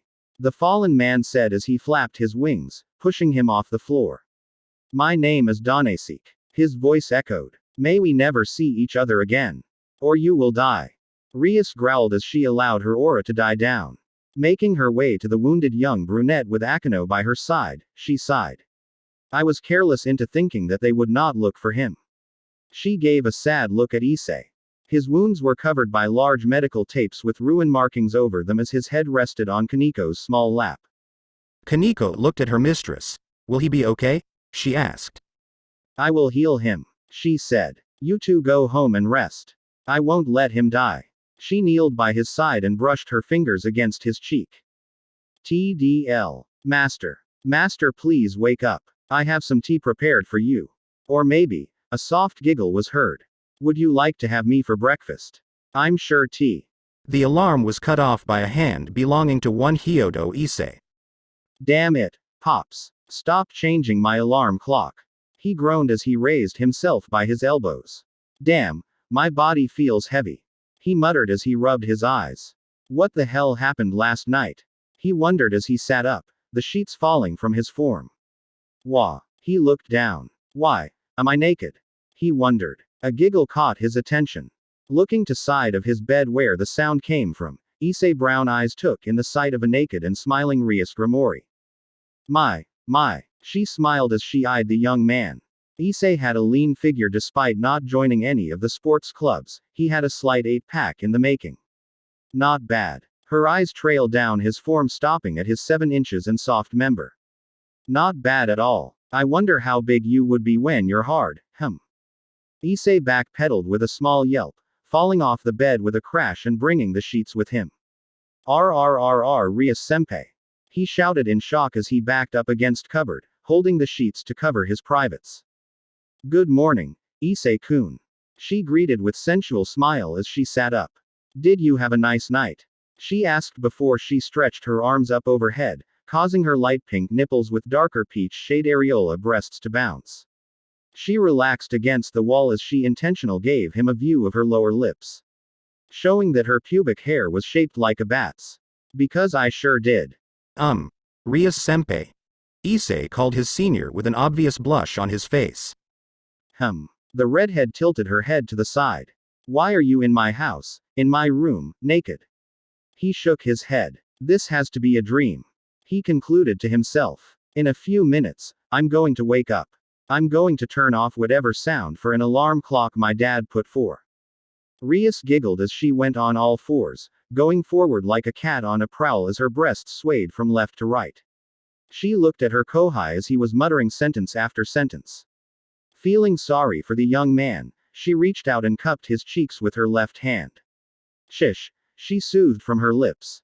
Come here, Issei, she said in a low tone.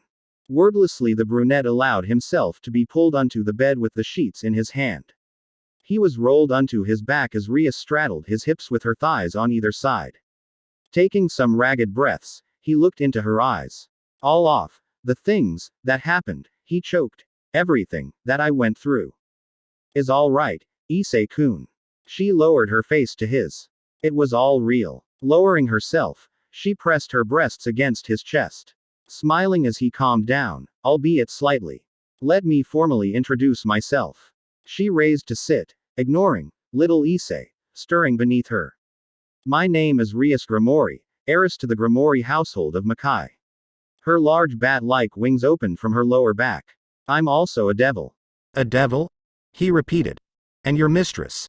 She added, smiling as her eyes turned to slit and her sclera burned red. Nice to have you in my peerage, Hyodo Issei-kun. She smiled.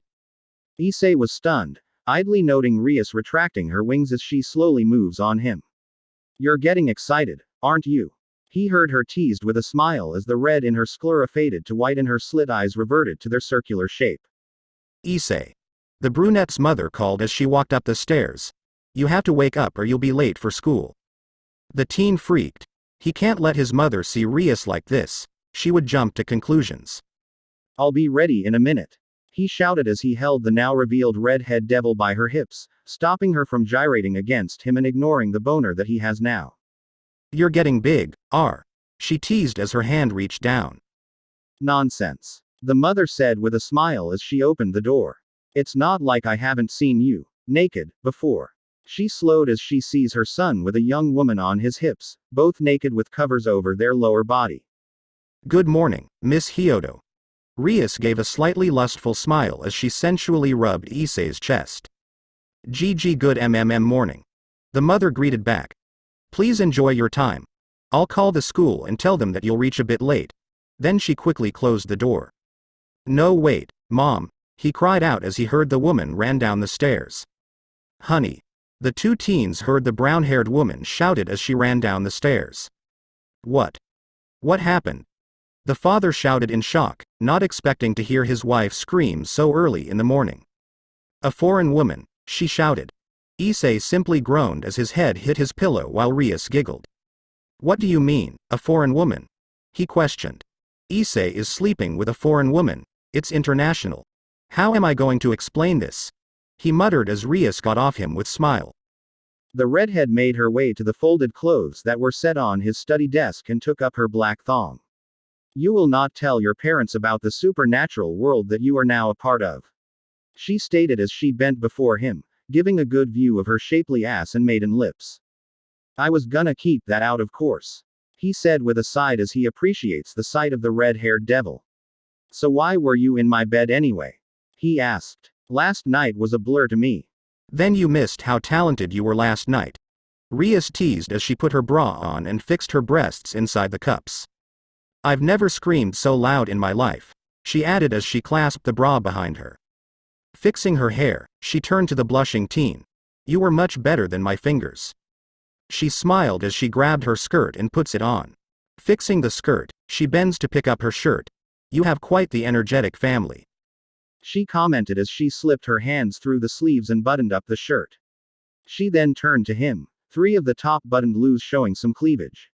But Issei noticed something. The teasing smile was gone and her eyes showed concern. How is your left leg and stomach?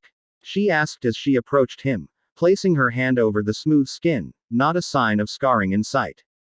You were attacked by a fallen angel last night. Issei blinked, the memories now rushing through his mind. I'm fine, he replied looking down. I guess it wasn't the first time I was stabbed by a spear of light. He tried to make a joke, but the redhead can see the pain reflecting in his eyes. Rias gave a small smile. You have an expectantly sturdy body, she commented as she sat next to him. You healed overnight. I healed over the night? He asked incredulously. He had a hole in his stomach and his left leg and he was pinned to a tree God knows how long. I shared some of my devil aura to heal the wounds, she explained. I must admit, I definitely liked what I saw, she teased once again. By sleeping naked in my bed. He raised an eyebrow. And why am I not bothered by the fact that I'm naked with a girl in my room? He mentally added as he subconsciously covered his waist with the sheets. Don't worry. She smiled. You were knocked out the entire time as I hold your body close to mine. I'm still a virgin, you know, she added. Issei sighed in relief. The last thing he needed was a thought of losing his virginity against his will. Even worse if word got that if he did pop the cherry of one of the Ku no Roku Megami, Ku 6 goddesses, the male students would be livid. Does the idea of not popping my cherry make you feel bad? She teased. No, no, no, no, no. He shook his head. I would rather you lose something important like that to someone you love. He explained, but his face soured as a smiling Yuma flashed through his mind. Rias gave a sad smile. You are definitely different than those two. She commented as she leaned against his arm and raised his head to look at her. Don't make such a face. The world in itself is filled with mysteries. Mysteries, huh? He said looking into her eyes. Rias-senpai? Yes. Can I put some clothes on? He requested. The redhead gently released her hold on his chin and giggled. Of course you may. She stood up as she finished buttoned her shirt. I'll see you downstairs. She winked as she walked out with a sway in her hips. She is definitely a devil. He sighed. TDL, and no way. A male student shouted defiantly. Rias-sama and that guy. A female student stated. Well, he is a nice guy. Another female added. Unlike those two. That bastard. A second male student shouted. How can someone so lame be walking with someone so majestic? Drop dead. Hyodo. A few of the angry males shouted at the newly christened devil. Too late for that, he thought as he and Rias stopped at the main building's front entrance. I'll send someone to look for you. Rias said as she looked at the brunette as she gently rubbed his right cheek. I'll see you after school, okay? Hi. He nodded. Rias gave her kohai one last smile before she made her way to her desired destination. She walked until she reached around a corner and stopped. Hello. Sauna, Tsubaki. She greeted with smile, looking at two people before her. Rias. A young bespectacled woman about 18 with a slim figure, B-cup bust, black hair styled in a short bob cut and violet eyes greeted back with a small nod. She was also wearing the standard girls' uniform of the Ko Academy and a set of red oval-rimmed glasses. Rias-sama. Tsubaki greeted with a small bow. She is another young bespectacled woman with long straight black hair that extends all the way down to her knees with split bangs and heterochromic eyes, with a violet left eye and a light brown right eye, an F-cup bust. In addition to wearing the Kuo Academy girls' school uniform, she also wears blue, semi-rimmed glasses with square lenses. We are in the human world, Rias. Suna stated as she fixed her glasses. So please address me as Sona. Of course, Miss Sidiri. Rias smiled, ignoring the small twitch on the lithe-figured devil. So what brings you to me? She inquired. In discussion of the fallen angels that came into our territory, she said. How will we deal with them? I will deal with them. Rias corrected. They attacked someone of my peerage and they will pay for it. I see. Sona nodded. Very well. If there is any type of assistant that you wish for. She offered. Then you will be the first to call, Sona. Rias smiled. Sona gave the smallest of smiles that she allowed. Without a word she nodded as she turned to the young woman besides her. Let's go, Tsubaki. And invite Saji to my office. Planning to ask him to your peerage? Rias asked. I have a space open since you took someone that caught both our interest. She pointed out. I merely picked him on whim. She waved her hand. I'll also transfer Kiryu and him to Hyodo's class. She explained before turning and walking away, Tsubaki giving a small bow before following her charge. TDL. Issei sighed as he attempted to call the redhead, but stopped. Suddenly he felt the air around him shift and the wind taking a strange direction with the sound of something rushing through it. Letting his body move on its own, Issei avoided a sloppy, but yet well-aimed punch from Matsuda's left fist as he shouted, "Traitor!" He raised an eyebrow at that. How could you? Motohama shouted. You betrayed your comrades in the LA. Los Angeles. He questioned. Losers' alliances. The duo shouted as one. Oh. He shrugged. Why you? The bald student rolled his sleeves as he marched towards the brunette, but Motohama stopped him. Calm down, Matsuda, the spectacled teen said as he looked at his friend. Now Issei. He fixed his glasses. We want to reconcile. Let us know what happened and I swear upon my divine collection that you can burrow all of them. He bribed. Issei allowed a sweat drop to go down the side of his head. It's official. God hates me. He mentally concluded as the bell rings. Well guys, we got class. He turned and walked away. Get back here you bastard. The two yelled as they chased after him. Foo, foo, foo, foo. A girl around 17 giggled as she looked at the trio. So that's him, huh? The guy that got our king's attention. She grinned. Too bad Rias got him first. She then looked to her phone. Should I got recount the school budget before Sitokaicho drowns me again? TDL. Issei was bored, his heightened sensing actually keeping him awake during his lessons. Rias senpai says that she'll send someone to come for me, he muttered low enough. But who? A bout of squeals came by, causing him to raise an eyebrow and wondered who was passing by this time. To his surprise, Kaneko and Kiba walked into the class. The female dressed in the male uniform with her ever-present friendly and welcoming smile along with the mascot ever-neutral expression while eating a bag of manju. Hello everyone. Kiba greeted them as she stood by the crowd at the door. Can you let us pass? We came to pick up Hyodo-san for our club president. She said as she looked around the room and spotted Issei. Of course. Kataise and Murayama nodded as they too look at the brunette. Hyodo, you have a visitor. The brown-haired member of the kendo club shouted. What the hell is this shit? What's with Hyodo, huh? Why does he get the attention all of a sudden? No need to shout. The brunette sighed as he stood up and grabbed his bag. Flipping it over his right shoulder, he began to walk. You make it sound like an inmate being visited by his wife and daughter. He joked. Not a good moment to make one though. Issei. M shouted as they tried to tackle him. Said Hyodo simply avoided them. Knock it off guys. He sighed as he continues his walk. Issei senpai. Kaneko's soft voice caught his attention. Once she was certain that he gave her his attention, she pulled out a manju and offered it to him. From the candies you gave me, she muttered with a neutral expression. Many of the people were shocked, even Kiba. Let it be known that this Kaneko rarely share her sweets. Thank you. Issei smiled as he took the offered sweet. Taste good, he commented. Is it possible that they were actually a couple? A female student asked. No way. He came to school walking Rias senpai. Maybe he's dating both of them. A male shouted. That lucky two-timing bastard. Another male shouted in jealousy. Will they stop spouting nonsense? He wondered, ignoring the small giggle that escaped the female blonde student dressed in a male's uniform.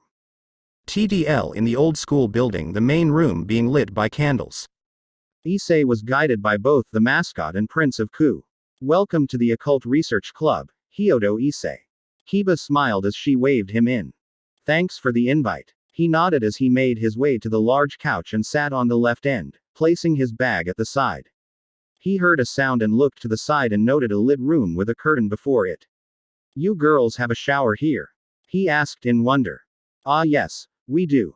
The blonde answered as she sat at the opposite of him, her left leg crossed over the right as she folded her hands over the knee. Rias-sama added it in case any of us were to spend the night here or if we were ever too tired to go to our homes. The brunette nodded, seeing logic in the answer. He then felt the couch cushion shifted a bit and looked to see Kaneko sitting beside him as she continued to eat her candy. Era, Akano voiced as she stepped up, holding a folded set of a female uniform in her hands. Seems we have a visitor. She gave a demure smile. Akano-senpai. Good afternoon. He greeted the beautiful busty young woman. My, are you a gentleman? She smiled. And simply calling me Akano is fine. She winked as she turned to the curtain. Rias, I brought you some clothes. She announced. Thank you, Akano. Rias' voice came from the other side as her silhouette was in view. Should have called it, he muttered. So you're the new club member, huh? Akano smiled as she walked towards her kohai. I'm the Fuku Bushu of the Occult Research Club, Himahima Akano. Pleased to formally meet you. She smiled as he gave a small bow to him. Hyodo Issei. He scratched the back of his head. Damn, she's beautiful. Like a natural Yamato Nadeshiko, he wondered. Thank you for the wait, everyone. Rias addressed everyone as she stepped out of the shower, fully dressed, wiping the side of her face with a towel. I didn't get to take a shower at your place since there were no extra clothes. She explained as she made her way to the large oak desk. Sitting on the chair, she placed the towel aside and smiled. Well, everyone's here now. We welcome you to our Occult Research Club. Thank you. Issei nodded. But the Occult Research Club is just a mere facade. Nothing more than a hobby. Akano explained. All of us here are devils. Rias put in with a small grin as she stood up and made her way in front of the desk. Straight to the point, huh? Issei blinked. With a nod and a wave of her hand, the Gremory command her peerage to release their wings and reveal their eyes. Issei watched as each of member changed. Kiba's eyes turned to slit as her sclera burned red. Her hair gained a slightly spikier attribute which, to the young Hyodo, made her look sexy. She gave a small smile as her fangs peeked from her upper lips and her wings opened up. Akano's eyes turned to slit as well as her sclera turned into a deep red color. Her hair remained the same as her wings spread open. For a second he could have sworn he saw a flicker above her head. But simply passed it off for the candlelight tricking his eyes. He looked as Kaneko went through the same change. Her golden-colored eyes turned to slit, making them look almost cat-like, as her sclera turned red. She didn't extend her wings since she was sitting right beside him. You should try it as well, Hyodo-kun, Kiba encouraged. The brunette thought for a while. What the hell? He shrugged as he stood up. Rias walked to her latest member and placed her hands on his shoulder. Simply concentrate, Issei, she smiled. Issei did as was advice and felt his back muscle quiver and move. I feel something, he said. Good. Hold on to that feeling and pull, the redhead encouraged. The brunette did so and heard his shirt ripped at the back and felt like a weight was added to him. He opened his eyes and looked back. He has wings like the other sans Kaneko, but he noted that they were tinted with slight red color. Congratulations, Issei-kun. Rias smiled as she held a mirror to him, showing that his eyes were brown slit with red sclera. Akano giggled. Congratulations indeed, she agreed. Now then, her wings went back into her body as she leaned against the desk. The man that attacked you last night is called a fallen angel. She continued. Upon Issei's eye widening, she went ahead. Angels that had fallen from grace due to either their wicked nature or a desire far greater than worshipping God himself. She sighed. Such beautiful and white doves tainted black. They were also manipulating certain humans in order to destroy us since the days of old. There have been constant struggles between us in Makai, as most of them would call it, hell. There are also the angels, enemies to both of us. They follow God himself by his orders to kill us both. In other words, we have a three-way war. Issei gulped. Well, shit. Do you understand the situation so far? The redhead devil asked. Yeah, I think. He felt a pat on his shoulder and looked to see Kaneko offering him a sweet. Thanks. He took the offered candy with a smile and patted her head. Kaneko flinched slightly at the contact, but feeling her senpai petting her head sent a small warmth through her petite body, then suddenly she gave a slight purr. The second year actually found it funny that she can do that and still maintain her stoic expression even with her eyes close. The woman that killed you, Amano Yuma, is also one of them, causing the young man to pause his petting. Issei sighed upon the mention of the young woman that was forced to kill him. Kiba stepped forward, her hand moving into her breast pocket and pulling out a picture and handed it to him. Issei took the picture and gasps. It was him and Yuma on their date. How? We were following you. Rias stated. As I said before, she is also a fallen angel. Her orders were probably to simply observe you. But something happened and she killed you. She didn't do it. He defended his girlfriend. Well, at least she might still be. She was forced to. He rubbed the bridge of his nose. There was something on her forehead, but she was fighting against it. But did not stop the fact that she killed you. Akeno frowned slightly. Against her will. He looked at her. Did you know she was crying as she speared me through the chest? Constantly apologizing over something she had no control over. Akeno frowned as she looked away. But no one else can remember her. He remembered. Why? Someone must have used a large area memory affecting spell. Kind of like the one I used on your parents. Rias smiled. Flashback. A senior from school. Issei mother parroted as she looked at the redhead and back to her son. Her husband sitting beside her and was looking over his newspaper. The four were currently sitting in the Hyodo household dining room with breakfast before them. But, his mother stammered. You two were naked, in bed. That's probably how they do it in their country, the father defended. This is ridiculous, Issei whispered, as Rias simply smiled at his parents as she released a red wave of energy through the house. Right. The mother nodded in droned tone, causing his son to look at him with wide eyes.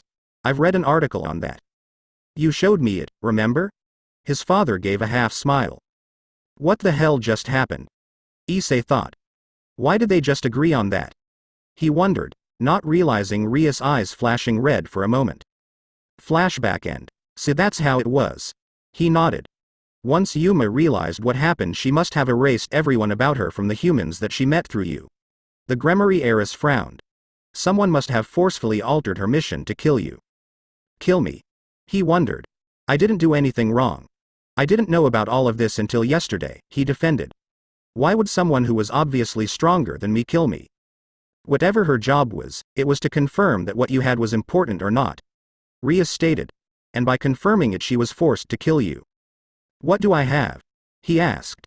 A sacred gear, Rias said. Sacred gear? He raised an eyebrow as he decided to continue petting his kohai. An unusual power that resides within selected humans. Akeno explained, her smile back in on her face. It is said that most of the greatest of men and women through history possessed one. Sometimes they have a power formidable enough to be a threat to demons and fallen angels. Kiba said from her seat. Raise your left hand. Kaneko supplied with her toneless voice. Okay. The brunette nodded as he did so. He looked at his arm, noting no change at all. Now close your eyes and imagine the strongest of beings that come to mind. The redhead continued. This is all so sudden. The brunette thought, but did as was told.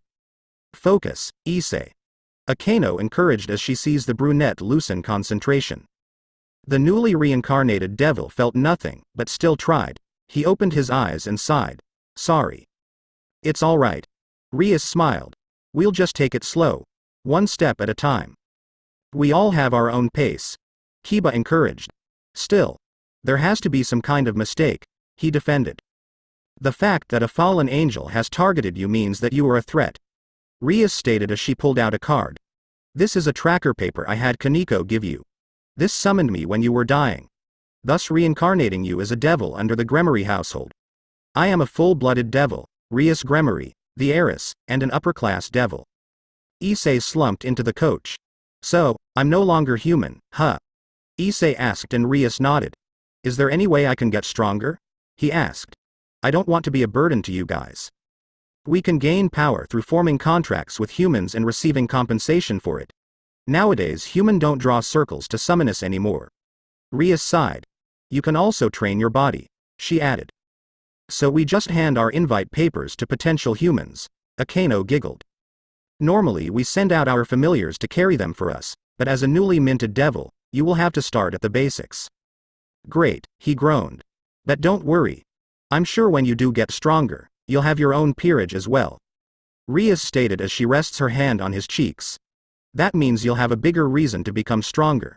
She added as she smiled and stepped back. Here you go. She said as she presented a small slip of paper to him. Your first contract. I managed to get someone that can help you at your first step. Issei grabbed the paper and looked over it. Normally Kaneko or Kiba are the ones that deal with this one, but I think you can handle it. Rias winked. Good luck. Kaneko gave him another candy, earning a pat on the head as a thank you. Okay. He nodded as he pumped himself up. Issei, give me your left hand, she asked. Receiving said appendage, she marked his hand with her family crest. This is a carved seal, proof that you are a part of the Gremory household. She turned to her friend. Akeno, if you please. Of course. Akeno smiled as she closed her eyes and spread her arms wide. Seconds later she began to chant as a red glowing seal appears below her feet and widened to about 1.5 meters. With 2 layers, each rotating the opposite way, the Gremory crest in the center. Okay, Issei. Step into the circle and it will transfer you to the client. Rias nodded to him. Yosh. The brunette slapped his face before stepping into the seal. The seal began to rotate at a faster rate as it glows brighter. The 4 other devils stood there as the seal flashed brightly and the light dimmed away. Issei blinked. Era. Akeno blinked. Looks like it didn't work. Kiba sighed. Sad. Kaneko commented. Well then, Issei. Looks like I'll have to give you the address. The redhead smiled. TDL Issei sighed as he arrived at the house that he was supposed to meet. This is the place I guess. He went to the front door and knocked on it. Excuse me. No one replied, but the door did open. It was a young woman about her late teens. She has light brown hair that was tied in a long ponytail with 2 strands that stuck out like antennas, sharp amber eyes and was wearing a white GI over her form. The GI was opened enough to show her bandaged cleavage of her E-cup bust. Oh, you're not Kaneko-chan, of Kiba-chan. She frowned. Who are you and how did you get this address? Issei felt nervous. Hi. He bowed in greeting. My name is Hyodo Issei and I'm their temporary replacement since both Kaneko-chan and Kiba-san were busy with other contracts. So they sent me here via your address since I couldn't appear in the seal. Then again, it's a good thing. The teen nodded. Good thing too. I would have pinned you to the wall, she admitted. Miyamoto Rei. She held out her left hand. Nice to meet you, she introduced herself. Nice to meet you, Rei-san. He smiled as he shook her hand. Oh. Come in, she moved aside to let the brunette inside. Nice place. He complimented, looking around the apartment. Thank. Rei smiled as she closed the door. Moved out of parents' house a few months ago, she said as she went to her closet and pulled out a spear. Whoa. He stepped back. Don't worry, it's just a practice spear I used from my Yaraijutsu classes, she explained. Right. Issei swallowed. So what do I have to do? He asked. Just spar with me. Rei shrugged. With Kaneko I try to raise my endurance. So I try to hit you then? He guessed. Afraid to hit a girl? Rei asked as she held the spear over her left shoulder. I had my fair share of hits and stabs from girls, he muttered. Oh. K. Rei blinked as she sat in a stance, her spear pointed at the revived devil and her eyes were filled with determination. She legs lowered as her eyes narrowed. You ready? She asked. In this small place? He asked shocked. He suddenly saw the tip of the spear before his left eye. Ah. He moved his head to the right, avoiding the deadly thrust aimed at him. Nice reflexes, she cheered as she thrusts again, aiming for chest. Hold it. He shouted, jumping, avoiding being impaled by the spear, but his back hit against the wall. Gah. His eyes widen as he raised his left arm since he couldn't move in time. Ha. Rei cried as she thrusts to the young devil, believing that he would dodge it again. Seeing him raised his left arm, her eyes widen. Oh no. Issei felt fear grip his heart, his life flashing before his eyes as the spear neared his heart. Not again, he thought. His left arms flashed as he felt something surge through it. Clang. Rei blinked. What? She stepped back. Issei opened his eyes. Didn't know your arm can do that, the light brown-haired teen commented. Huh. Issei looked at his left arm. It looked different. It was like a gauntlet was formed over his left arm up to his elbow. It was deep crimson red with yellow markings and a yellow spike-like protrusion at either side of his wrist with a green gem over the back of his hand. Nice. Rei grinned. That is damn cool. It does look cool. the brunette agreed. Say, you look like someone that needs some training. How about you come by with either Kaneko or Kiba? She advised. You sure about that? Issei wanted to make sure. I don't want to intrude. It's fine, it's fine. Ray waved her hand. It's just me here anyway. It came out without her thinking. How about we hang out too? The brunette offered as he scratched his head. You know. My contract was training speed and endurance. Ray explained. The young Hyodo thought. Then make a contract with me. He held his hand. I'll be a friend to hang out with and train with, he offered. Ray thought about this for a while. She nodded as she gripped his hand. Deal. She smiled, shaking his hand, a seal appearing beneath them. Besides, you're cute. Heh. Thanks, but. He chuckled as he released his hold on her hand. Don't sweat it. Ray smiled, as a card appeared before her and took. Huh? Your number? Yeah. He nodded. Just in case you wanted to call me to hang out. I'll tell Ria-san though it in this too, he trailed off as he looked at his left arm. Looks like some kind of advanced disc shooter. The human female pointed out. Heh. Yeah. He agreed. TDL, so you've unlocked your sacred gear, huh? Rias smiled, glad that the latest of her peerage was able to attain power to protect himself with. Congratulations. Kaneko clapped softly. Issei nodded at the Waite and turned back to the Gremory heiress. So how do I get my arm back? Your arm has always been there. Akeno joked. Once unleashed, you can activate and deactivate when you please. Rias smiled at her friend's teasing. The brunette nodded and concentrated. The gem on the back of his palm glowed brightly before the whole sacred gear vanished. Thank God. Ow, he cried as he held his head in pain. What the hell? He groaned. Devils don't pray to God. Rias warned. It causes us pain. Thanks for the warning. Issei mumbled as his head was now better.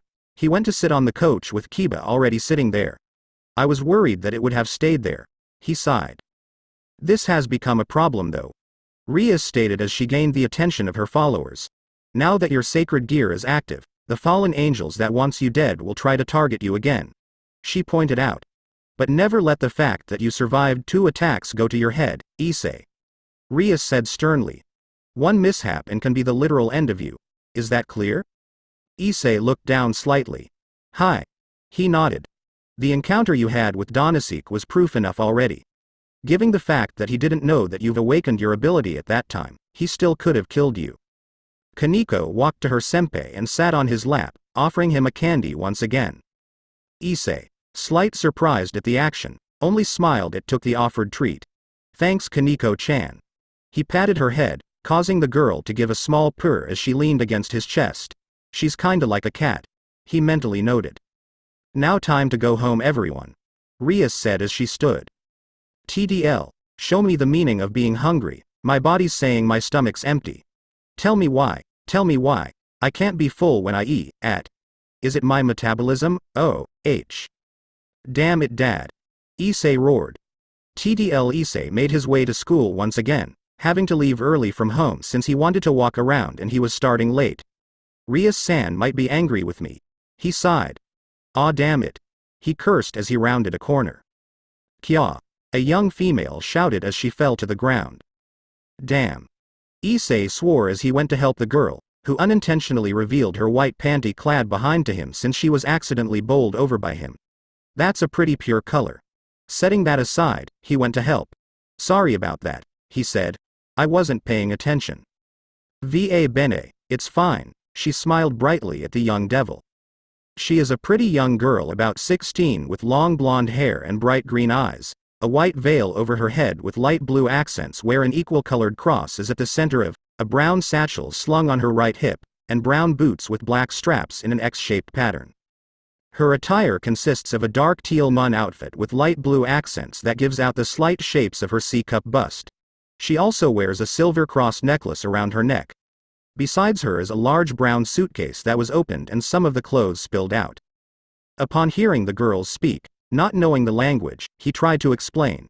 Am I dispiace? I'm sorry. Ma non capisco quello che stai dicendo, but I don't understand what you're saying. Cosa intendi? What do you mean? She asked with a confused tone, her head tilted to the side to show what she meant. Si può chiaramente capirmi. You can clearly understand me. Issei was about to deny until his eyes widened. I can understand her. He thought in shock. Shaking that away, he held his hand out. Dispiace, sorry about that. He apologized as the blonde girl gently grabbed his hand. Lasciate aiuti fino. Let me help you up, he requested as he gently pulled her up. Grazie mille. Thank you very much, she smiled as she stood. The wind then blew hard, taking her veil off her head. Her hair flows all the way down to her back, with split bangs over her forehead and a single strand sticking out from the top, sloping backwards. She's cute. Issei admired the young woman as her green eyes sparkled in the sun. Il mio velo. My veil, she cried to it, but the brunette caught it. Grazie, thank you. She then looked down, seeing that he was still holding her hand. Issei looked down to the joined hands and quickly released it. Scusate, sorry, he yelped as he held her veil to her. Ecco qui, here you go. The blonde smiled as she took the clothing and placed it over her head again. Sei una persona molto bella. You're a very nice person, she smiled. Mi potet aiutare per favor. Can you help me please? Mi sono perso e sto cercando di trovare questo posto. I'm lost and I'm trying to find this place. She held up a piece of paper with Japanese written on it. Issei took the letter and read the address and looked around and smiled at her. Sa dove il posto e, I know where the place is. TDL, quindi sei in un viaggio. So you're on a trip? Issei inquired as he guided the young girl to her destination, the two walking through a small park. The blonde shook her head with a smile. In un modo, in a way, sono stato nominato alla chiesa di questa città. I was appointed to this town's church. Santo anche cercando di imparare il Giapponese. I'm also trying to learn Japanese. Sono sicuro che sei la cavera. I'm sure you'll pull through, he encouraged. Quindi. Sei una suora. So, you're a nun. At her nod, he also nodded. Questo spiega il look. That explains the look. Sono contento di aver incontrato una persona così bella come te. I am glad to have met such a nice person like you. She looked down with a small flush of peach on her face. Deve ser la guida divina. It must be divine guidance. She clasps her hands together and closed her eyes. Issei simply smiled and noticed the cross that gleamed in the sun. He then looked away from the item. The young nun noticed this and was a bit worried. Va tutto bene, is everything okay? Issei picked up on the worried tone and gave a small smile. Santo bene, I'm fine. Tutto a posto. Everything's okay. He laughed a little as he looked ahead. What was that feeling? He thought as he frowned slightly. He then turned to the side, hearing a child crying. The blonde looked and sees a small boy maybe about 7 or 8, on the ground crying and with a small open wound on his left knee. She reached the boy and patted his head and gave him a gentle smile. Si può tradurre per me per favor. Can you translate for me please? She asked. Issei nodded as he too walked to the boy and gently patted his back. Everything is going to be okay, all right, he said, and the boy nodded as he sniffed. Non piangere, piccolo, don't cry, little one, she said softly as she raised both hands over the wound. Tutto santa per essere molto meglio. Everything is going to be much better. Tu sei un ragazzo forte. Dopo tutto.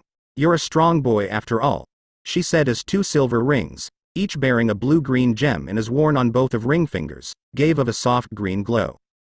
The boy hiccuped as he felt the pain go away. Her rings, the young devil thought in awe, are healing the wound. He felt his left arm pulse in pain and wince at the feeling. What was that just now?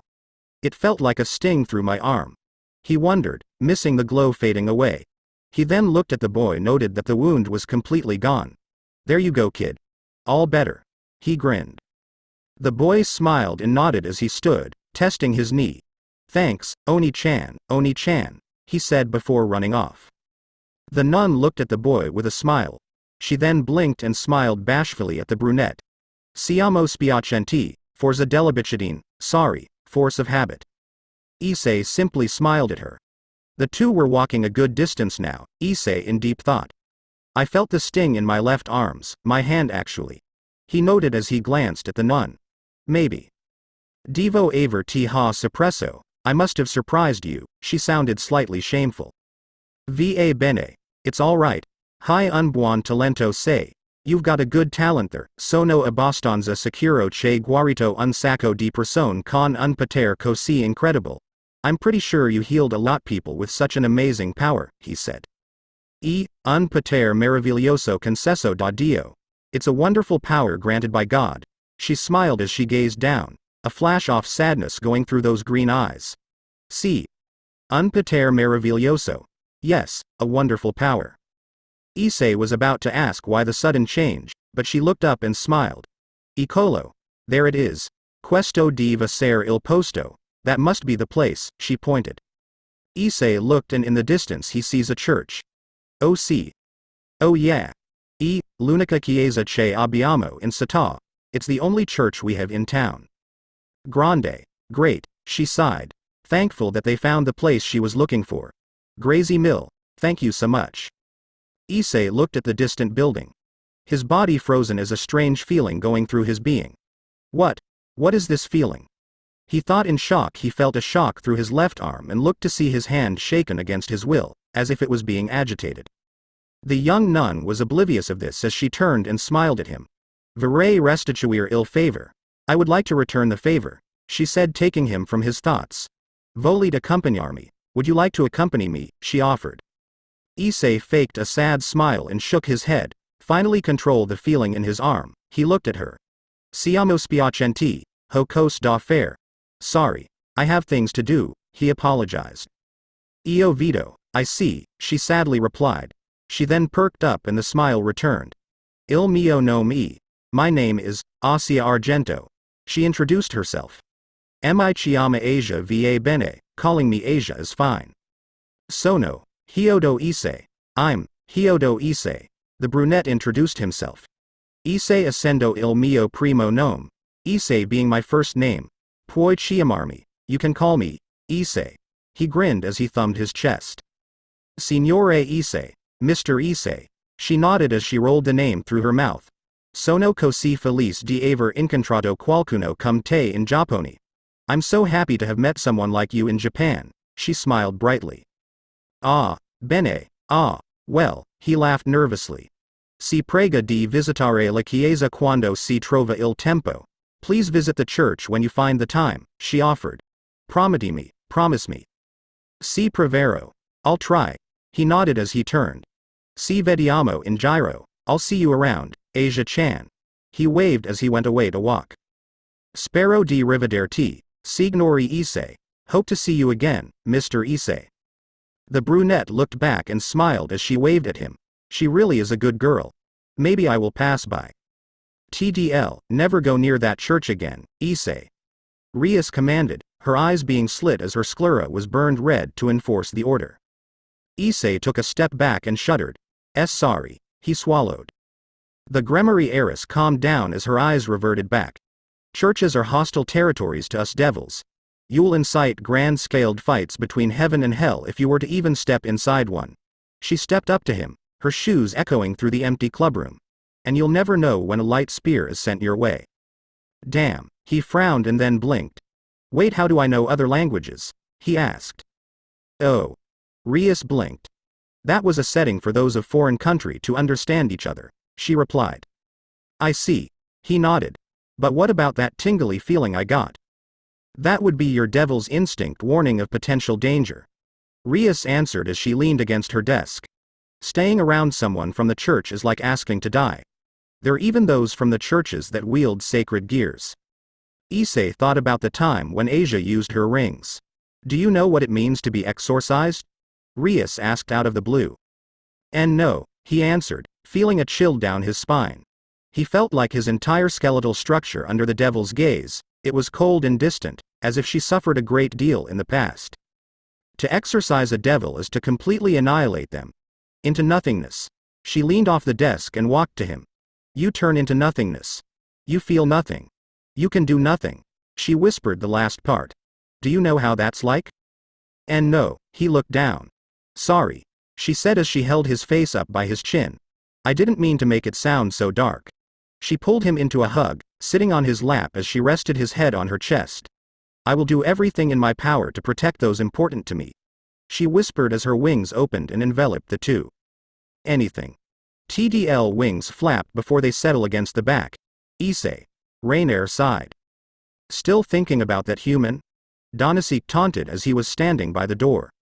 What do you want? She hissed. The nun's here. A cute innocent one to boot. He chuckled, but moved his head as a red light spear flashed past him. Watch it. Donasek. The female fallen angel growled, her sharp teeth bared at him. You got lucky the last time. And you think you'll pull through this time? The man grinned, sprouting his 4 wings. That's enough. Middle shouted at the two as she shot a glare at the male graceless angel. Donasek, go and take Calawarner's watch time and take that asshole with you. I swear if I hear him say anything with the words, shitty devil, one more time, she let the sentence hang to get the message across. The man simply scoffed as he retracted his wings and walked away. They always say that the innocent were the ones repressing something darker. He chuckled as he glanced at the person besides Middle. Asia shuddered under the man's gaze. Non si preoccupi. Don't worry. The Lolita-dressed blonde placed a hand on the taller one. Andra tutto bene qui, you'll be fine, she assured her. Lui mi spaventa. He scares me, she admitted. Non ho mai visto nessuno mi ha guardato in quel modo.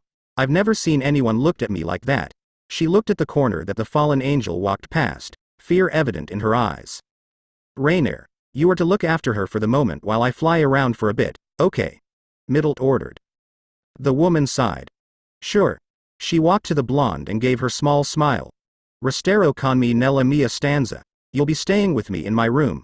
Va bene, is that all right? Asia nodded, but a look in the taller woman's eyes. Si guarda come se fassi in tanto dolore. You look like you're in so much pain. Rainier sighed. Basta aver nel letto. Just get in the bed. She thumbed at the bunk bed behind her. Prendero parti superiori. I'll take the top, in questo modo se si cade, non fara male tanto. That way if you fall, it won't hurt so much. The two blondes' sweat dropped at that. TDL Issei sighed as he crashed on the couch of the clubroom. I guess I won't be keeping that promise. Asia-chan, he sighed as the blonde nun's face flashed through his mind. But, Yuma crying expression then came. I wonder if Yuma-chan's alright. Thinking about your girl free, end. Akano teased. Wah. Akano-san. The revived devil leapt out of the couch and fall face first onto the wooden floor. Ow, he groaned as he raised himself. How long have you been there? He asked. I just arrived. She giggled with her hand over her mouth. You seem very fond of the person that killed you. She was forced to kill me. He sighed. What's your story? He retorted. Akano frowned slightly. I'm sorry, she said. It's just, she stopped as the front door opened and Rias walked in. Akano? The redhead blinked in surprise. I thought you were home already. The Archduke just sent us a message, the Japanese beauty said as she stood. The Archduke? She raised an eyebrow. What happened? A stray is loose in this town. Rias' eyes darkened. TDL deep in a forested area away from Rias and her peerage appears in a large magical seal. Rias looked around and nodded. This is the area, she said as she leads her group deeper into the forest. That Donasek guy mentioned something about a stray before he attacked me. Issei said, turning to Kiba since she was next to him.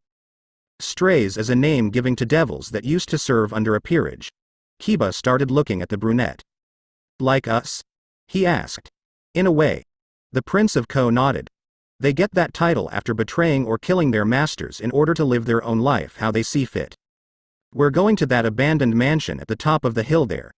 Akano stated as she pointed at a large 2-story old building. The walls dried by age and vines covering the majority of the structure with broken glass windows. From the reports, it also lures in humans to eat them, Kiba said. Eats them? Issei said, shocked. Tonight's mission is to get rid of it. Rias said as they reached the house, the front door looking rather normal. Prepare yourself, Issei-kun. Kiba warned as she summoned a sword in a scabbard by her hand. Soon you'll see what happens to those that allow themselves to be consumed by their own power and selfish greed. The door then opened and the group of devils entered, but soon stopped at the scent of blood and decaying flesh and sight of butchered bodies and gore in the area along with blood splatter on the walls. Oh shit. Issei's eyes widened by the sight. He noted that everyone was calm, although they did make a face by the scent. How many times have they seen things like this? He wondered. Issei. Rias called her servant. Hi. The brunette snapped his attention to the redhead, ignoring the sight. Do you know the game of chess? She asked. The reincarnated devil was confused at the question, but answered anyway. The board game? I know a little of it, he admitted. That's good, she nodded. You see, I am the king, mistress and leader of my side of the field. The other pieces that are also added are the 1 queen, 2 knights, 2 rooks, 2 bishops, and 8 pawns. We devils use this aristocracy and assign the traits of these pieces to our subordinates. Traits? The brunette asked. We call them evil pieces, the heiress stated. Why would you need to that? He asked. Rias only smiled. For tonight, observe how we devils fight, she advised, earning a nod from the brunette. Kaneko looked to a dark side of the house. She's here. A distorted female voice sounded. Not only do you smell good and look good, but you're quite smart as well. A figure was shown in the shade. But at the same time, you smell bad. A young woman with a voluptuous figure, her large cup bust bare to world topped with dark-toned nipples and lighter-toned areola, with short white hair and dark blue eyes. I wonder, will you taste good or bitter? Issei swallowed a lump in throat as he looked at how large the woman is. She has nice upper body and all, but, he trailed off. Her lower body was gigantic and beastly with 4 black furred legs, each having sharp red claws, and a snake as a tail. Her overall appearance was reminiscent to that of a centaur of sorts. In her left hand she held a large round shield and in her right hand a large sharp-tipped javelin. Something was hanging from it. The group watched in horror as a body was impaled. A body of a child's. Wonder if you'll taste better than this soft thing, she commented as she took a large bite out of the dead infant. The rest of the family was kind of tough. Stray demon. Visor. Rias introduced the beastly woman as her power flowed from her body, ignoring the gory show before her. Issei couldn't take it much longer and turned away to puke. You sick fuck, Issei panted as he wiped his lips with sleeve of his blazer. He aimed a glare at the stray devil, who simply ignored him and the others as she simply gulped the rest of the body down her throat. Delicious. She licked the blood of her lips with her long tongue. Ria's power glowed more as her sclera burned red and her eyes shifted to slit. In the name of Duke Gremory, you will be exterminated. What an insolent young one. How long have you been a devil, She tilted her head to the side. It doesn't matter. I will cover this place in more blood as crimson as your hair. She raised her spear and thrust it forward, a purple magical seal rotating around the tip. Well, that's not good, Kiba commented as she stood ready. The circle began to rotate like a disc until a beam shot from the tip, breaking apart into smaller ones as it went further. Move. Rias shouted as her peerage did so, Issei thankfully having to move on time. Too close. The brunette freaked as he saw smoking holes in the wall. Don't let your guard down, she warned as she looked at the blonde, Kiba. Hi, she said as she gripped the handle of her sword, her eyes turning to slit as her sclera turned red and vanished with speed. She's fast, Issei commented in shock. Yuto represents my knight. Therefore, her traits are speed and amazing potential with the swords and bladed weapons. Rias lectured as her knight appeared before the stray and drew her sword, swinging it down and clashing against Visor's javelin. Do you think you can defeat me, child? The stray taunted as she pushed the blonde devil away. Of course I do, Yuto stated with confidence as she vanished with speed once again appeared behind the large devil. How did you she began to say, but cried in pain as her javelin-wielding arm was lopped off by the Kiba's sword. She hissed, launching her snake tail at the blonde devil, who clashed her sword against it and cut the head off. You will pay for that. Do you know how long it will take to grow them back? She bellowed. It doesn't matter. Rias waved her off. Kaneko. Hi. The petite girl responded with a small nod as her eyes changed to that of a devil and leapt up. Whoa, she's a jumper. Issei awed at how high the small 15-year-old can jump. Visor swung her shield to try and bash Yuto away, but the blonde devil used the shield as a springboard and launched herself away and landed by her king's side. The stray then looked at the airborne Kaneko. You think a little gnat like you can do any type of damages to me? She swung her shield at the white-haired girl and was satisfied with sound of contact. Kaneko-chan. The brunette shouted and was about to aid her, but Rias held him back. Rias-senpai? He wondered. But the red-haired devil only smiled. Kaneko is my rook. Her traits are simple. Visor looked at her shield and noted the white-haired devil had an extreme grip on it, her small fingers gripping and cracking the material. What? Tremendously high defense. Rias grinned as Kaneko cocked her left hand back and clenched her fist, with equal strength. She muttered as she slammed her fist against the shield, breaking through it and shattering the pieces. Impossible. She cried before receiving a foot to the face, knocking her large body down and crashing onto it, kicking up dusts and small debris. Remind to reward her with sweets. Issei whispered to female knight. And not to make her angry, he added. Kiba giggled. Maybe add some petting and she will do better in the next time we find a stray. Akeno. Rias ordered. Hi, ha, I. She smiled as she stepped forwards towards the groaning devil. Era. What should I do? She wondered with smile over her face, her eyes gaining a sort of gleam as they changed to slit and her sclera burned dark red. Unknown to Rias, the javelin-wielding hand was moving. Issei, who heard the sound, turned. Rias-senpai, he shouted in warning, rushing to the devil heiress. Ha! He swung his left arm, his sacred gear manifesting at his will. Get away! He punched the javelin out of the way from Rias, breaking it in two. Thank you, Issei. The Gremory heiress smiled. Heh! He rubbed the back of his head. I just moved on my own. The red-haired devil smiled as she sent a red burning ball with black outlines at the severed hand that leapt at the young Hyodo. Whoa! He cried as the limb bursts into flames and nothing was remained of it. Thanks. Era. Akeno licked her lips. Looks like someone is being now, GHTY. She raised her hands as a yellow magical circle appeared over the downed visor. You've been a ba, DGI, RL. She giggled. Akeno is my queen. A combination of all the pieces and my second in command. Rias lectured. Visor growled as she used her remaining hand to stand, her face gaining a grotesque look as it stretched to that of a piranha-like face, her sclera burning a deep blood red as her eyes turned to slit. How dare you look down on me? She bellowed as she stretched her arm at the queen. You seem to have some energy, featuring, she moaned as she raised her arms, lightning shooting down on the stray with a high-voltage attack. She gave a small moan as she heard the stray scream in pain. Oh yes. Scream for me. Let me hear your voice, CE. She licked her lips as her cheeks were tinted peach. You. Visor growled out, struggling to raise her body to stand with her remaining arm, steam and smoke coming from her body. Era, still not going down, She smiled as her gleam in her eyes seemed to have covered them. You can still move. A larger magical circle appeared over the downed stray. That won't do, she sang as she sent a larger electrical attack down on the devil, shocking her even more and damaging her insides. Issei watched in slight fear that his senior seems to be enjoying herself. If the reddening of her cheeks and panting was not of any indication. She's also kind of a masochist. The Gremory sweat dropped. I kinda figured that.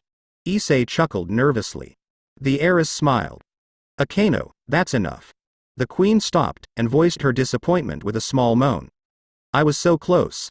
She whined as she passed her hands over her breasts. Rias simply shook her head as she walked past her friend. Her eyes gazed at the wounded larger devil. Any last words before you leave this plane? Rias asked in a cold tone as she allowed her power to flow through her body, raising her hand as an orb of red-black elements floating over her palm. Heh. Visor chuckled, her face contorted with a sneer. Don't act all high and mighty, Gremory. Ah yes. I remember you now. She jeered. I wonder if you're ready to meet him. Oh, the face you will make when he claims you. She continued. Rias scowled as she allowed the ball of power to increase in size. I'm sure you will rot with pain first, but you will rot even more in disbar GH. She screamed in pain as she was struck by the power of Rias, her body burning to nothing and vanishing without a trace. The red-haired devil took some calming breaths. Rias? Akeno called her king. I'm fine, Akeno. She addressed the taller female. We're done. She looked to the others. So let's go home. She smiled. Hi. Bucko-sama. The three addressed. You Bucko. The young brunette called the young woman that revived and reincarnated him. Yes, Issei-kun? The devil heiress looked to her latest peerage member. What about me? He wondered. I mean, what's my role in your peerage? He asked. A pawn, she said as she stepped forward towards the brunette, her hands held lovingly to his face. A pawn? He blinked. You mean, you are my foot soldier, Issei-kun. She looked at him. I'm the lowest rank. He seems downcast at that. Rias raised his head and pecked his cheek. A pawn has the greatest potential in the battlefield, she tried to encourage the young man. Really? He hoped. Of course. She smiled as she turned and walked away. After all, you took all 8 pieces, 4 of them turning into mutated pieces. TDL Issei made his way from another session with Ray.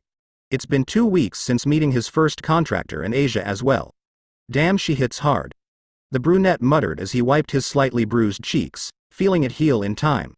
Hopefully, I'll make it to the next client. He muttered as he rode his bike to his next destination. He also noted how close his client has come to him, calling him to hang out with her whenever she's not training. He has to admit that he was attracted to her. He also found out that her mother was a gang leader in her younger days. He just hopes that she doesn't meet Seiko. Speaking of the kendo club captain, she has been hanging with him on her free times along with Katase and Murayama whenever Rias was around or not. Kaneko was also giving him attention, sharing her candy with him and sitting on his lap whenever she took the chance. She also got addicted to him petting her head. He swore that she purrs like a cat at times. Akeno and him sometimes butted heads, and whenever she was about to explain, Rias interrupts by coming in the room. Not that he doesn't like her. Oh no, he also finds her attractive with her natural beauty. He even admitted that he was slightly attracted to her masochistic side. Kiba and him has also bonded, much to the Ko no Oji-sama, Prince of Ko's surprise. She found herself actively looking for him, talking and having lunch with him at several occasions. There was even that one time she fell asleep on his shoulder during lunch.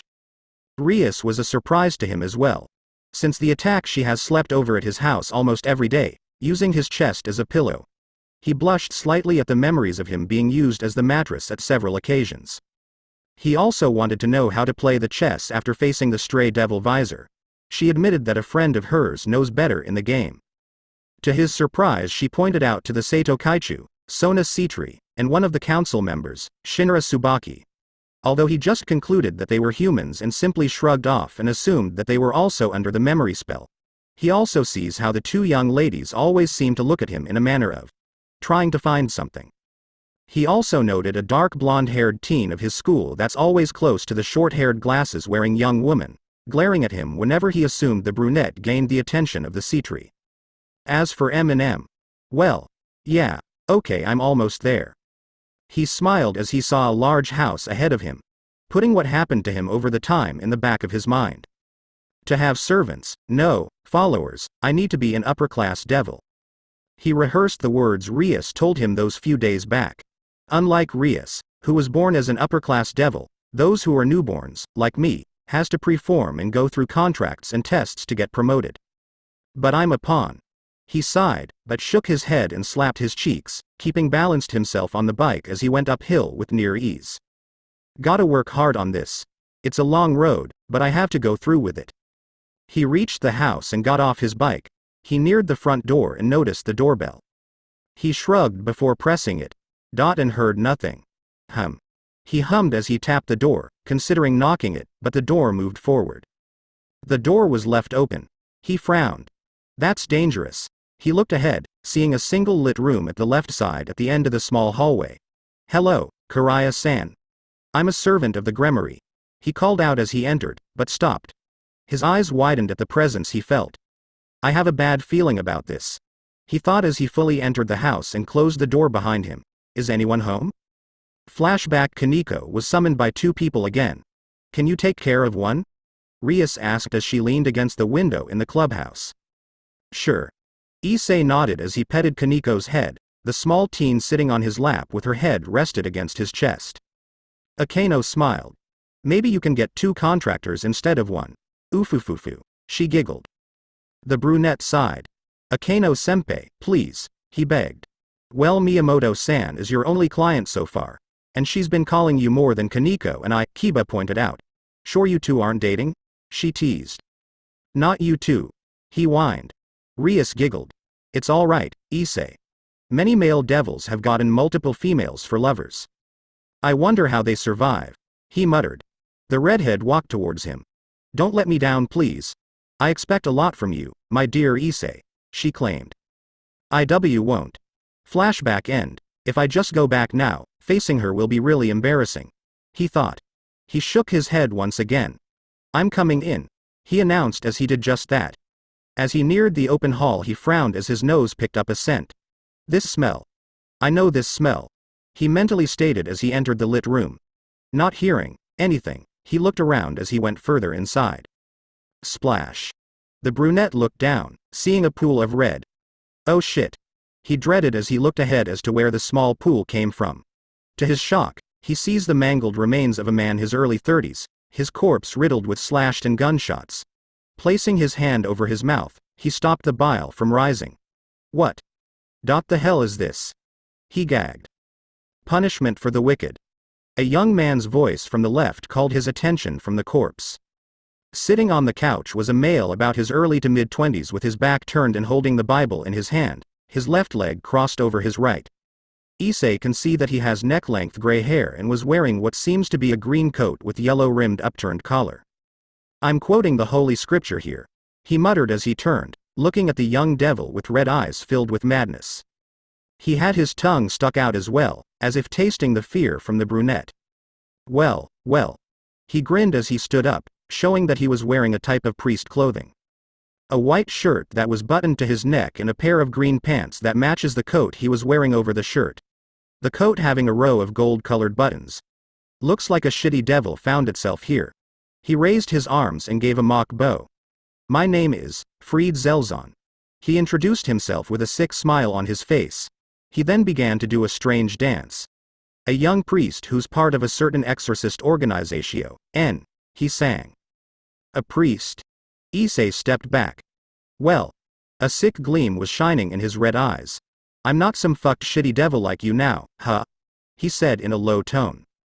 Did you just kill that man? He questioned. The young man shrugged. Who gives a fucking shit? He chuckled. Motherfucker made a contract with a shitty devil. He scratched his head with a disgruntled look on his face. Once you started sucking on devil's dick or licking her pussy, you're not even a fucking human anymore. He allowed a small chuckle as he folded his hands behind his back. That's why I ended him. Let God deal with that asshole's shit. He reached into his coats. Getting rid of you shitty devils and shitty fucking bedeviled humans. He pulled out a metal tube-like handle and a large gun.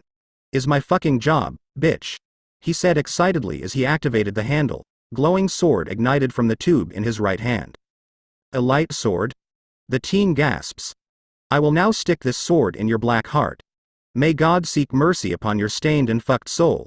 Ha ha ha. I'll even shoot your head. He leapt at him, swinging his sword at the brunette who ducked under. Wah. Fried was smacked in the chest and was sent back a few steps. Regaining his footing he instantly aimed his gun and shoot at the brunette. Bang. Issei leapt to the side, but the bullet hit his leg. Pain flashed through his body as he fell to the ground. He gripped his leg as he felt the pain began to subside. An exorcist's golden bullet. Fried kissed the gun with an audible smooch. You like it? His grin came full blown. Issei gritted his teeth as he stood up. You damn bastard, he yelled as he activated his sacred gear. Oh, ho, ho, ho, ho, devilish end, Ed. He chuckled. Now that's more exciting to exorcise. Issei's eyes widened. Do you know how it is to be exorcised? Ria's voice ranged through his head. You're not going to hurt anyone. He rushed to the man, swinging his gauntlet-like arm at him. Oh. Fried taunted as he avoided the blow and slashed his back. The brunette gritted his teeth, fighting the pain, and whirled around, smashing the young man's face with the jewel embedded in his hand and sent him flying against the wall. Aha! He screamed as he rubbed his nose. Looks like it's not for show, huh? He licked his lips and let his tongue hang out. Standing up he grinned savagely, his sword ready and rose. I think cutting you to shitty little pieces would make me feel better, he muttered as a murdering gleam entered his eyes. Kaya, The two stopped and looked at the source of the sound. Issei's eyes widened at the person standing there, clearly shocked at what she was here too. Oya. He scratched his head. Asia, avet finito di impostare la barrier. You're done setting up the barrier. Q questo e. T this is. She looked at the corpse before her, green eyes tearing at the sight. Si chiama un cadavere, that's called a corpse. He said in a glee-filled tone. Ecco la vita di un eretico. Behold the life of a heretic. Finito servendo I diavoli contro il nostro Dio. Ended by serving the devils against our God. He walked up and held the gun to her. Ora iribus tire e alla fine che la vita scopata di merda diavolo. Va bene, now toughen up and end that shitty devil's fucked life. Okay. He noted that she was still shivering at the corpse. PSH. Still a beginner, he muttered in Japanese. Questo e il nostro lavoro. This is our job. Uccidiamo gli esseri umani inutili incantati da questi diavoli. Si veda. We kill worthless humans enchanted by these devils, you see. Non e po, you can't. She finally turned away from the corpse and looked at the older man. But someone caught her eyes. Signore Issei, Mr. Issei. Asia, cosa stai facendo qui? What are you doing here? He looked at the young nun with wide eyes. Fried grinned as he looked between the two. What's this? What's this? You two know each other? He asked. Perché sei qui? Why are you here? She asked in shock. Issei turned away from the blonde, shame evident on his face. Am I dispiaci? I'm sorry. Sono un diavolo. I'm a devil. Sei un diavolo. You're a devil, she gasps. Non stavo cercando di ingannare voi. I wasn't trying to fool you, he claimed. Ho pensato che sarebbe stato meglio non vedere di nuovo l'un l'altro. I thought it would have been better to not see each other again, he muttered. Si prega di non fare. Please don't, she whispered to him. Per troppo poco Asia. Che e come questo fatuto mondo opera. Unfortunately little Asia. That's how this fucked up world works. He leaned forwards. Gli esseri umani e demoni sono incompatibili. Humans and devils are incompatible, he whispered to her ears. Per non parlare non possiamo vivere senza la protezione degli angeli caduti. Not to mention we can't live without the protection of the fallen angels. Fallen angels, Issei thought as he rubbed his left arm. Bene andiamo questo fatto ora. Well let's get this done now, huh? He stated as he was suddenly in front of Issei and stabbed the light sword in the brunette's right shoulder, relishing in his scream of pain. Signore Issei, Mr. Issei. Asia cried as she ran to him, but yelped as she was roughly tugged back by her hair. Dove caso pensi che stai andando, cagna. Where the fuck do you think you're going, bitch? Fried shouted as he pulled her hair with his unoccupied hand. Per favor fatemi guarirlo. Please let me heal him, she cried as she pulled. Caso no. Fuck no, he yelled, roughly throwing her to the wall, her back slamming against it. Asia. Issei cried to the blonde.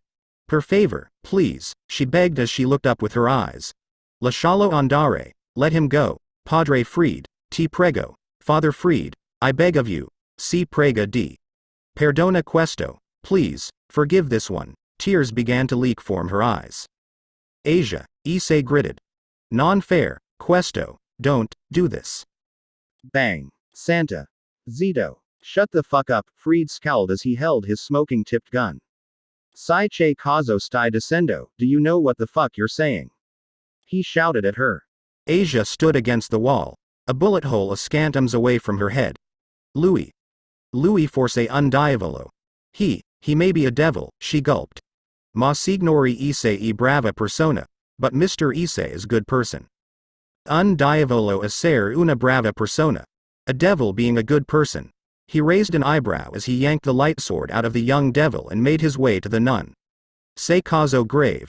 Are you fucking serious? He shouted as he slashed down at her, cutting through her robe and bra, revealing her breasts topped with light pink-toned nipples with equal-colored areola. Kya, H. The blonde nun screamed as she covered her breasts. Asia. Issei shouted as he stood up. Son of a bitch, he shouted as he rushed towards the priest. Fried didn't even turn as he pointed his gun behind him, a gold-colored magical seal rotating before the nozzle. He fired a compressed golden bullet that struck the young devil in the gut with enough force that it pierced through him and blew out his back, causing a large splatter of blood to burst out. Issei slammed against the wall, blood pooling around him and from his mouth. "D-damn," he gasps in pain. "Signori Issei, Mr. Issei." The blonde cried as she tried to run past the man, but Fried grabbed her around the neck. "Sigh. You know." He grinned as he eyed her body. "Si guarda meglio senza quei vestiti. You look better without those clothes on," he chuckled. "Mi chiedo come Sarah sente ad avere un bel caso di grasso farcito all'interno che figa stretta di tuo." I wonder how it'll feel to have a nice fat dick stuffed inside that tight pussy of yours, he taunted as he groped her breasts. "Leave her alone, you sick fuck," Issei said, coughed blood and tried to get up, seeing the fear in Asia's green eyes. He fell forward, more of his blood pooling around him. "Shut up. Go grab some lotion. That should help you the fuck up." He looked to the frightened blonde's eyes. "Questa è una dannata buona occhiata hi li. That's a damn good look you got there." He complimented, licking his lips as he held her chin. "Io vedo a godir di voi avvitamento in un pasticcio. I'm going to enjoy screwing you into a mess. Anche se questo angelo caduto ragazza mi ha detto di non farti del male. Non penso popping tuo sillagi dovrebbe contare. Even if that fallen angel girl told me not to hurt you, I don't think popping your cherry should count." He chuckled as he threw her to the ground near the wounded devil. "Una suora casta farsi seriamente casata da un prete." A chaste nun getting seriously fucked up by a priest, he cried in lustful glee as he neared her. He hovered over her and grabbed her breasts once again. His gun went down her body and raised her skirt, revealing her white panties. "Non vi sembra così divertente caso? Doesn't that sound like so much fucking fun?" He licked her cheeks. "No, no," she cried. "Stop it," Issei shouted, gaining a look of annoyance and disinterest from the priest. "Leave her alone." He stood shakily. Blood squirted from his wounds as she stood tall, his arms limped at his sides. "How the fuck are you even still alive?" he asked incredulously as he stood up. "If you want to turn, you're gonna have to pay, okay?" He then eyed him from head to toe. "That is if you have enough blood to get it up. Ha ha ha ha ha." "Let Asia go," he growled as his sclera burned red and his eyes turned to slits. "Isn't it a bit too late to get serious?" The priest joked as he pressed his shoes against Asia's cloth lips, causing her to whimper in fear of losing something very important. Seeing the fire in his eyes, he whistled. "Well then." He ignited his light sword once again. "You'll suffer and die. But while you're dying, I'll be making little Asia here into a woman." He licked his lips as he looked at the young nun. "It's going to be glorious." Asia backed away from the man. "Signore Issei, non farlo, Mr. Issei, don't do it," she begged him. "I'm really in deep shit now." The brown-haired devil winced as pain racked through his body. "I have no chance in hell."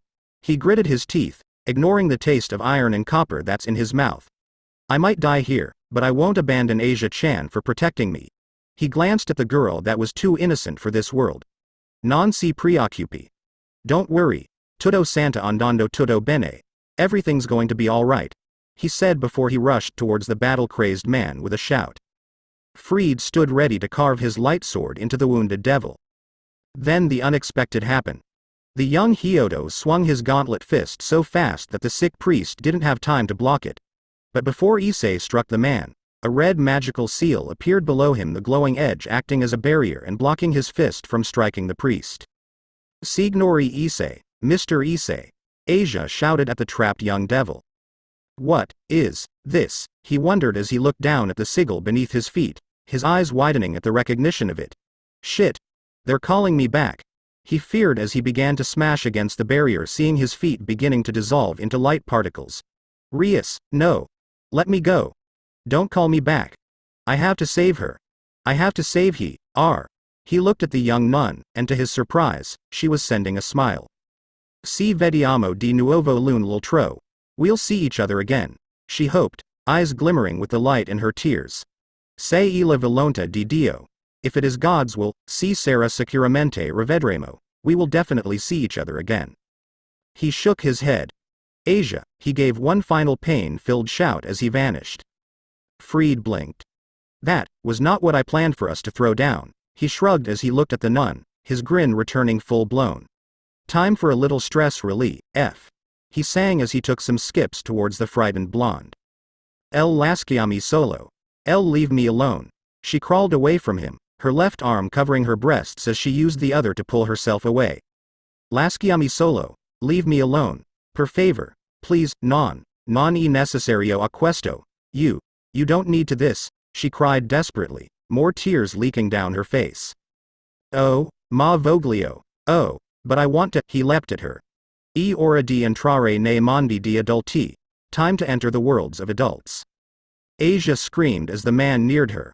A flutter of wings was the only thing Freed heard before receiving a savage kick to his neck, sending him flying to the small coffee table and breaking it as he crashed through it. Fucking asshole. Middle shouted at the man as she glared at him with her glowing slit blue eyes within the pool of black sclera.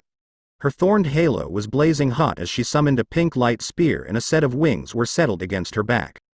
Freed popped his neck back into place as he glared at the Lolita-dressed graceless angel. What the fuck, you bitch? He shouted in rage as he stood up.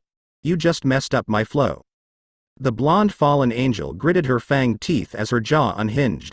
With a roar of feminine fury, she hurled the light spear at the priest, successfully hitting his stomach and pinning him to the wall. Where the fuck is Donasek? She shouted at the young man as he coughed up blood. How the fuck should I know? He shouted back as he attempted to pull the spear, and himself, from the wall. Fucker left as soon as I killed the shitty human who tried to make his already fucked up life more fucked up by making contacts with the shitty devils. He struggled more. Gah. How the fuck do you get this thing off me? He bellowed. Come on. Let me g. A smaller spear was sent between his eyes, pinning his head to the wall, and silencing him as his body slumped. Middle huffed as she turned to the whimpering Asia, her wings unfurled as they wrapped around the distraught maiden. She felt her jumped and hushed her. Va bene, piccola, it's okay, little one, she soothed the crying blonde. L'uomo cattivo è andato per ora, the bad man is gone for now. Ha cercato di. He tried to, she whimpered. Louis, wah, she cried. Non parler più, piccola, don't talk anymore, little one, she advised as she glared at the pinned body. Riposa ora, rest now, she whispered as she waved her hand over the green-eyed girl's face, her eyes drooping and she fell into the smaller girl's arms. She glared at the pinned body once more before vanishing in her own magical circle. TDL. I wonder how it went. Rias wondered with a small smile. He should be finished by. Thud. Issei. She shouted as she saw the condition of her latest peerage member and rushed towards him. The others did the same, each concerned and shocked at how heavily wounded the pawn of Rias Gremory was. Issei coughed up a glob of blood as he lay on his chest, his life fluid making a puddle around him. As Asia, was his last word before he passed out. Hyodo-kun. Issei. Issei senpai, Issei. TDL smack. A figure was sent hurtling through the abandoned church, crashing through the long benches until it hits the wall.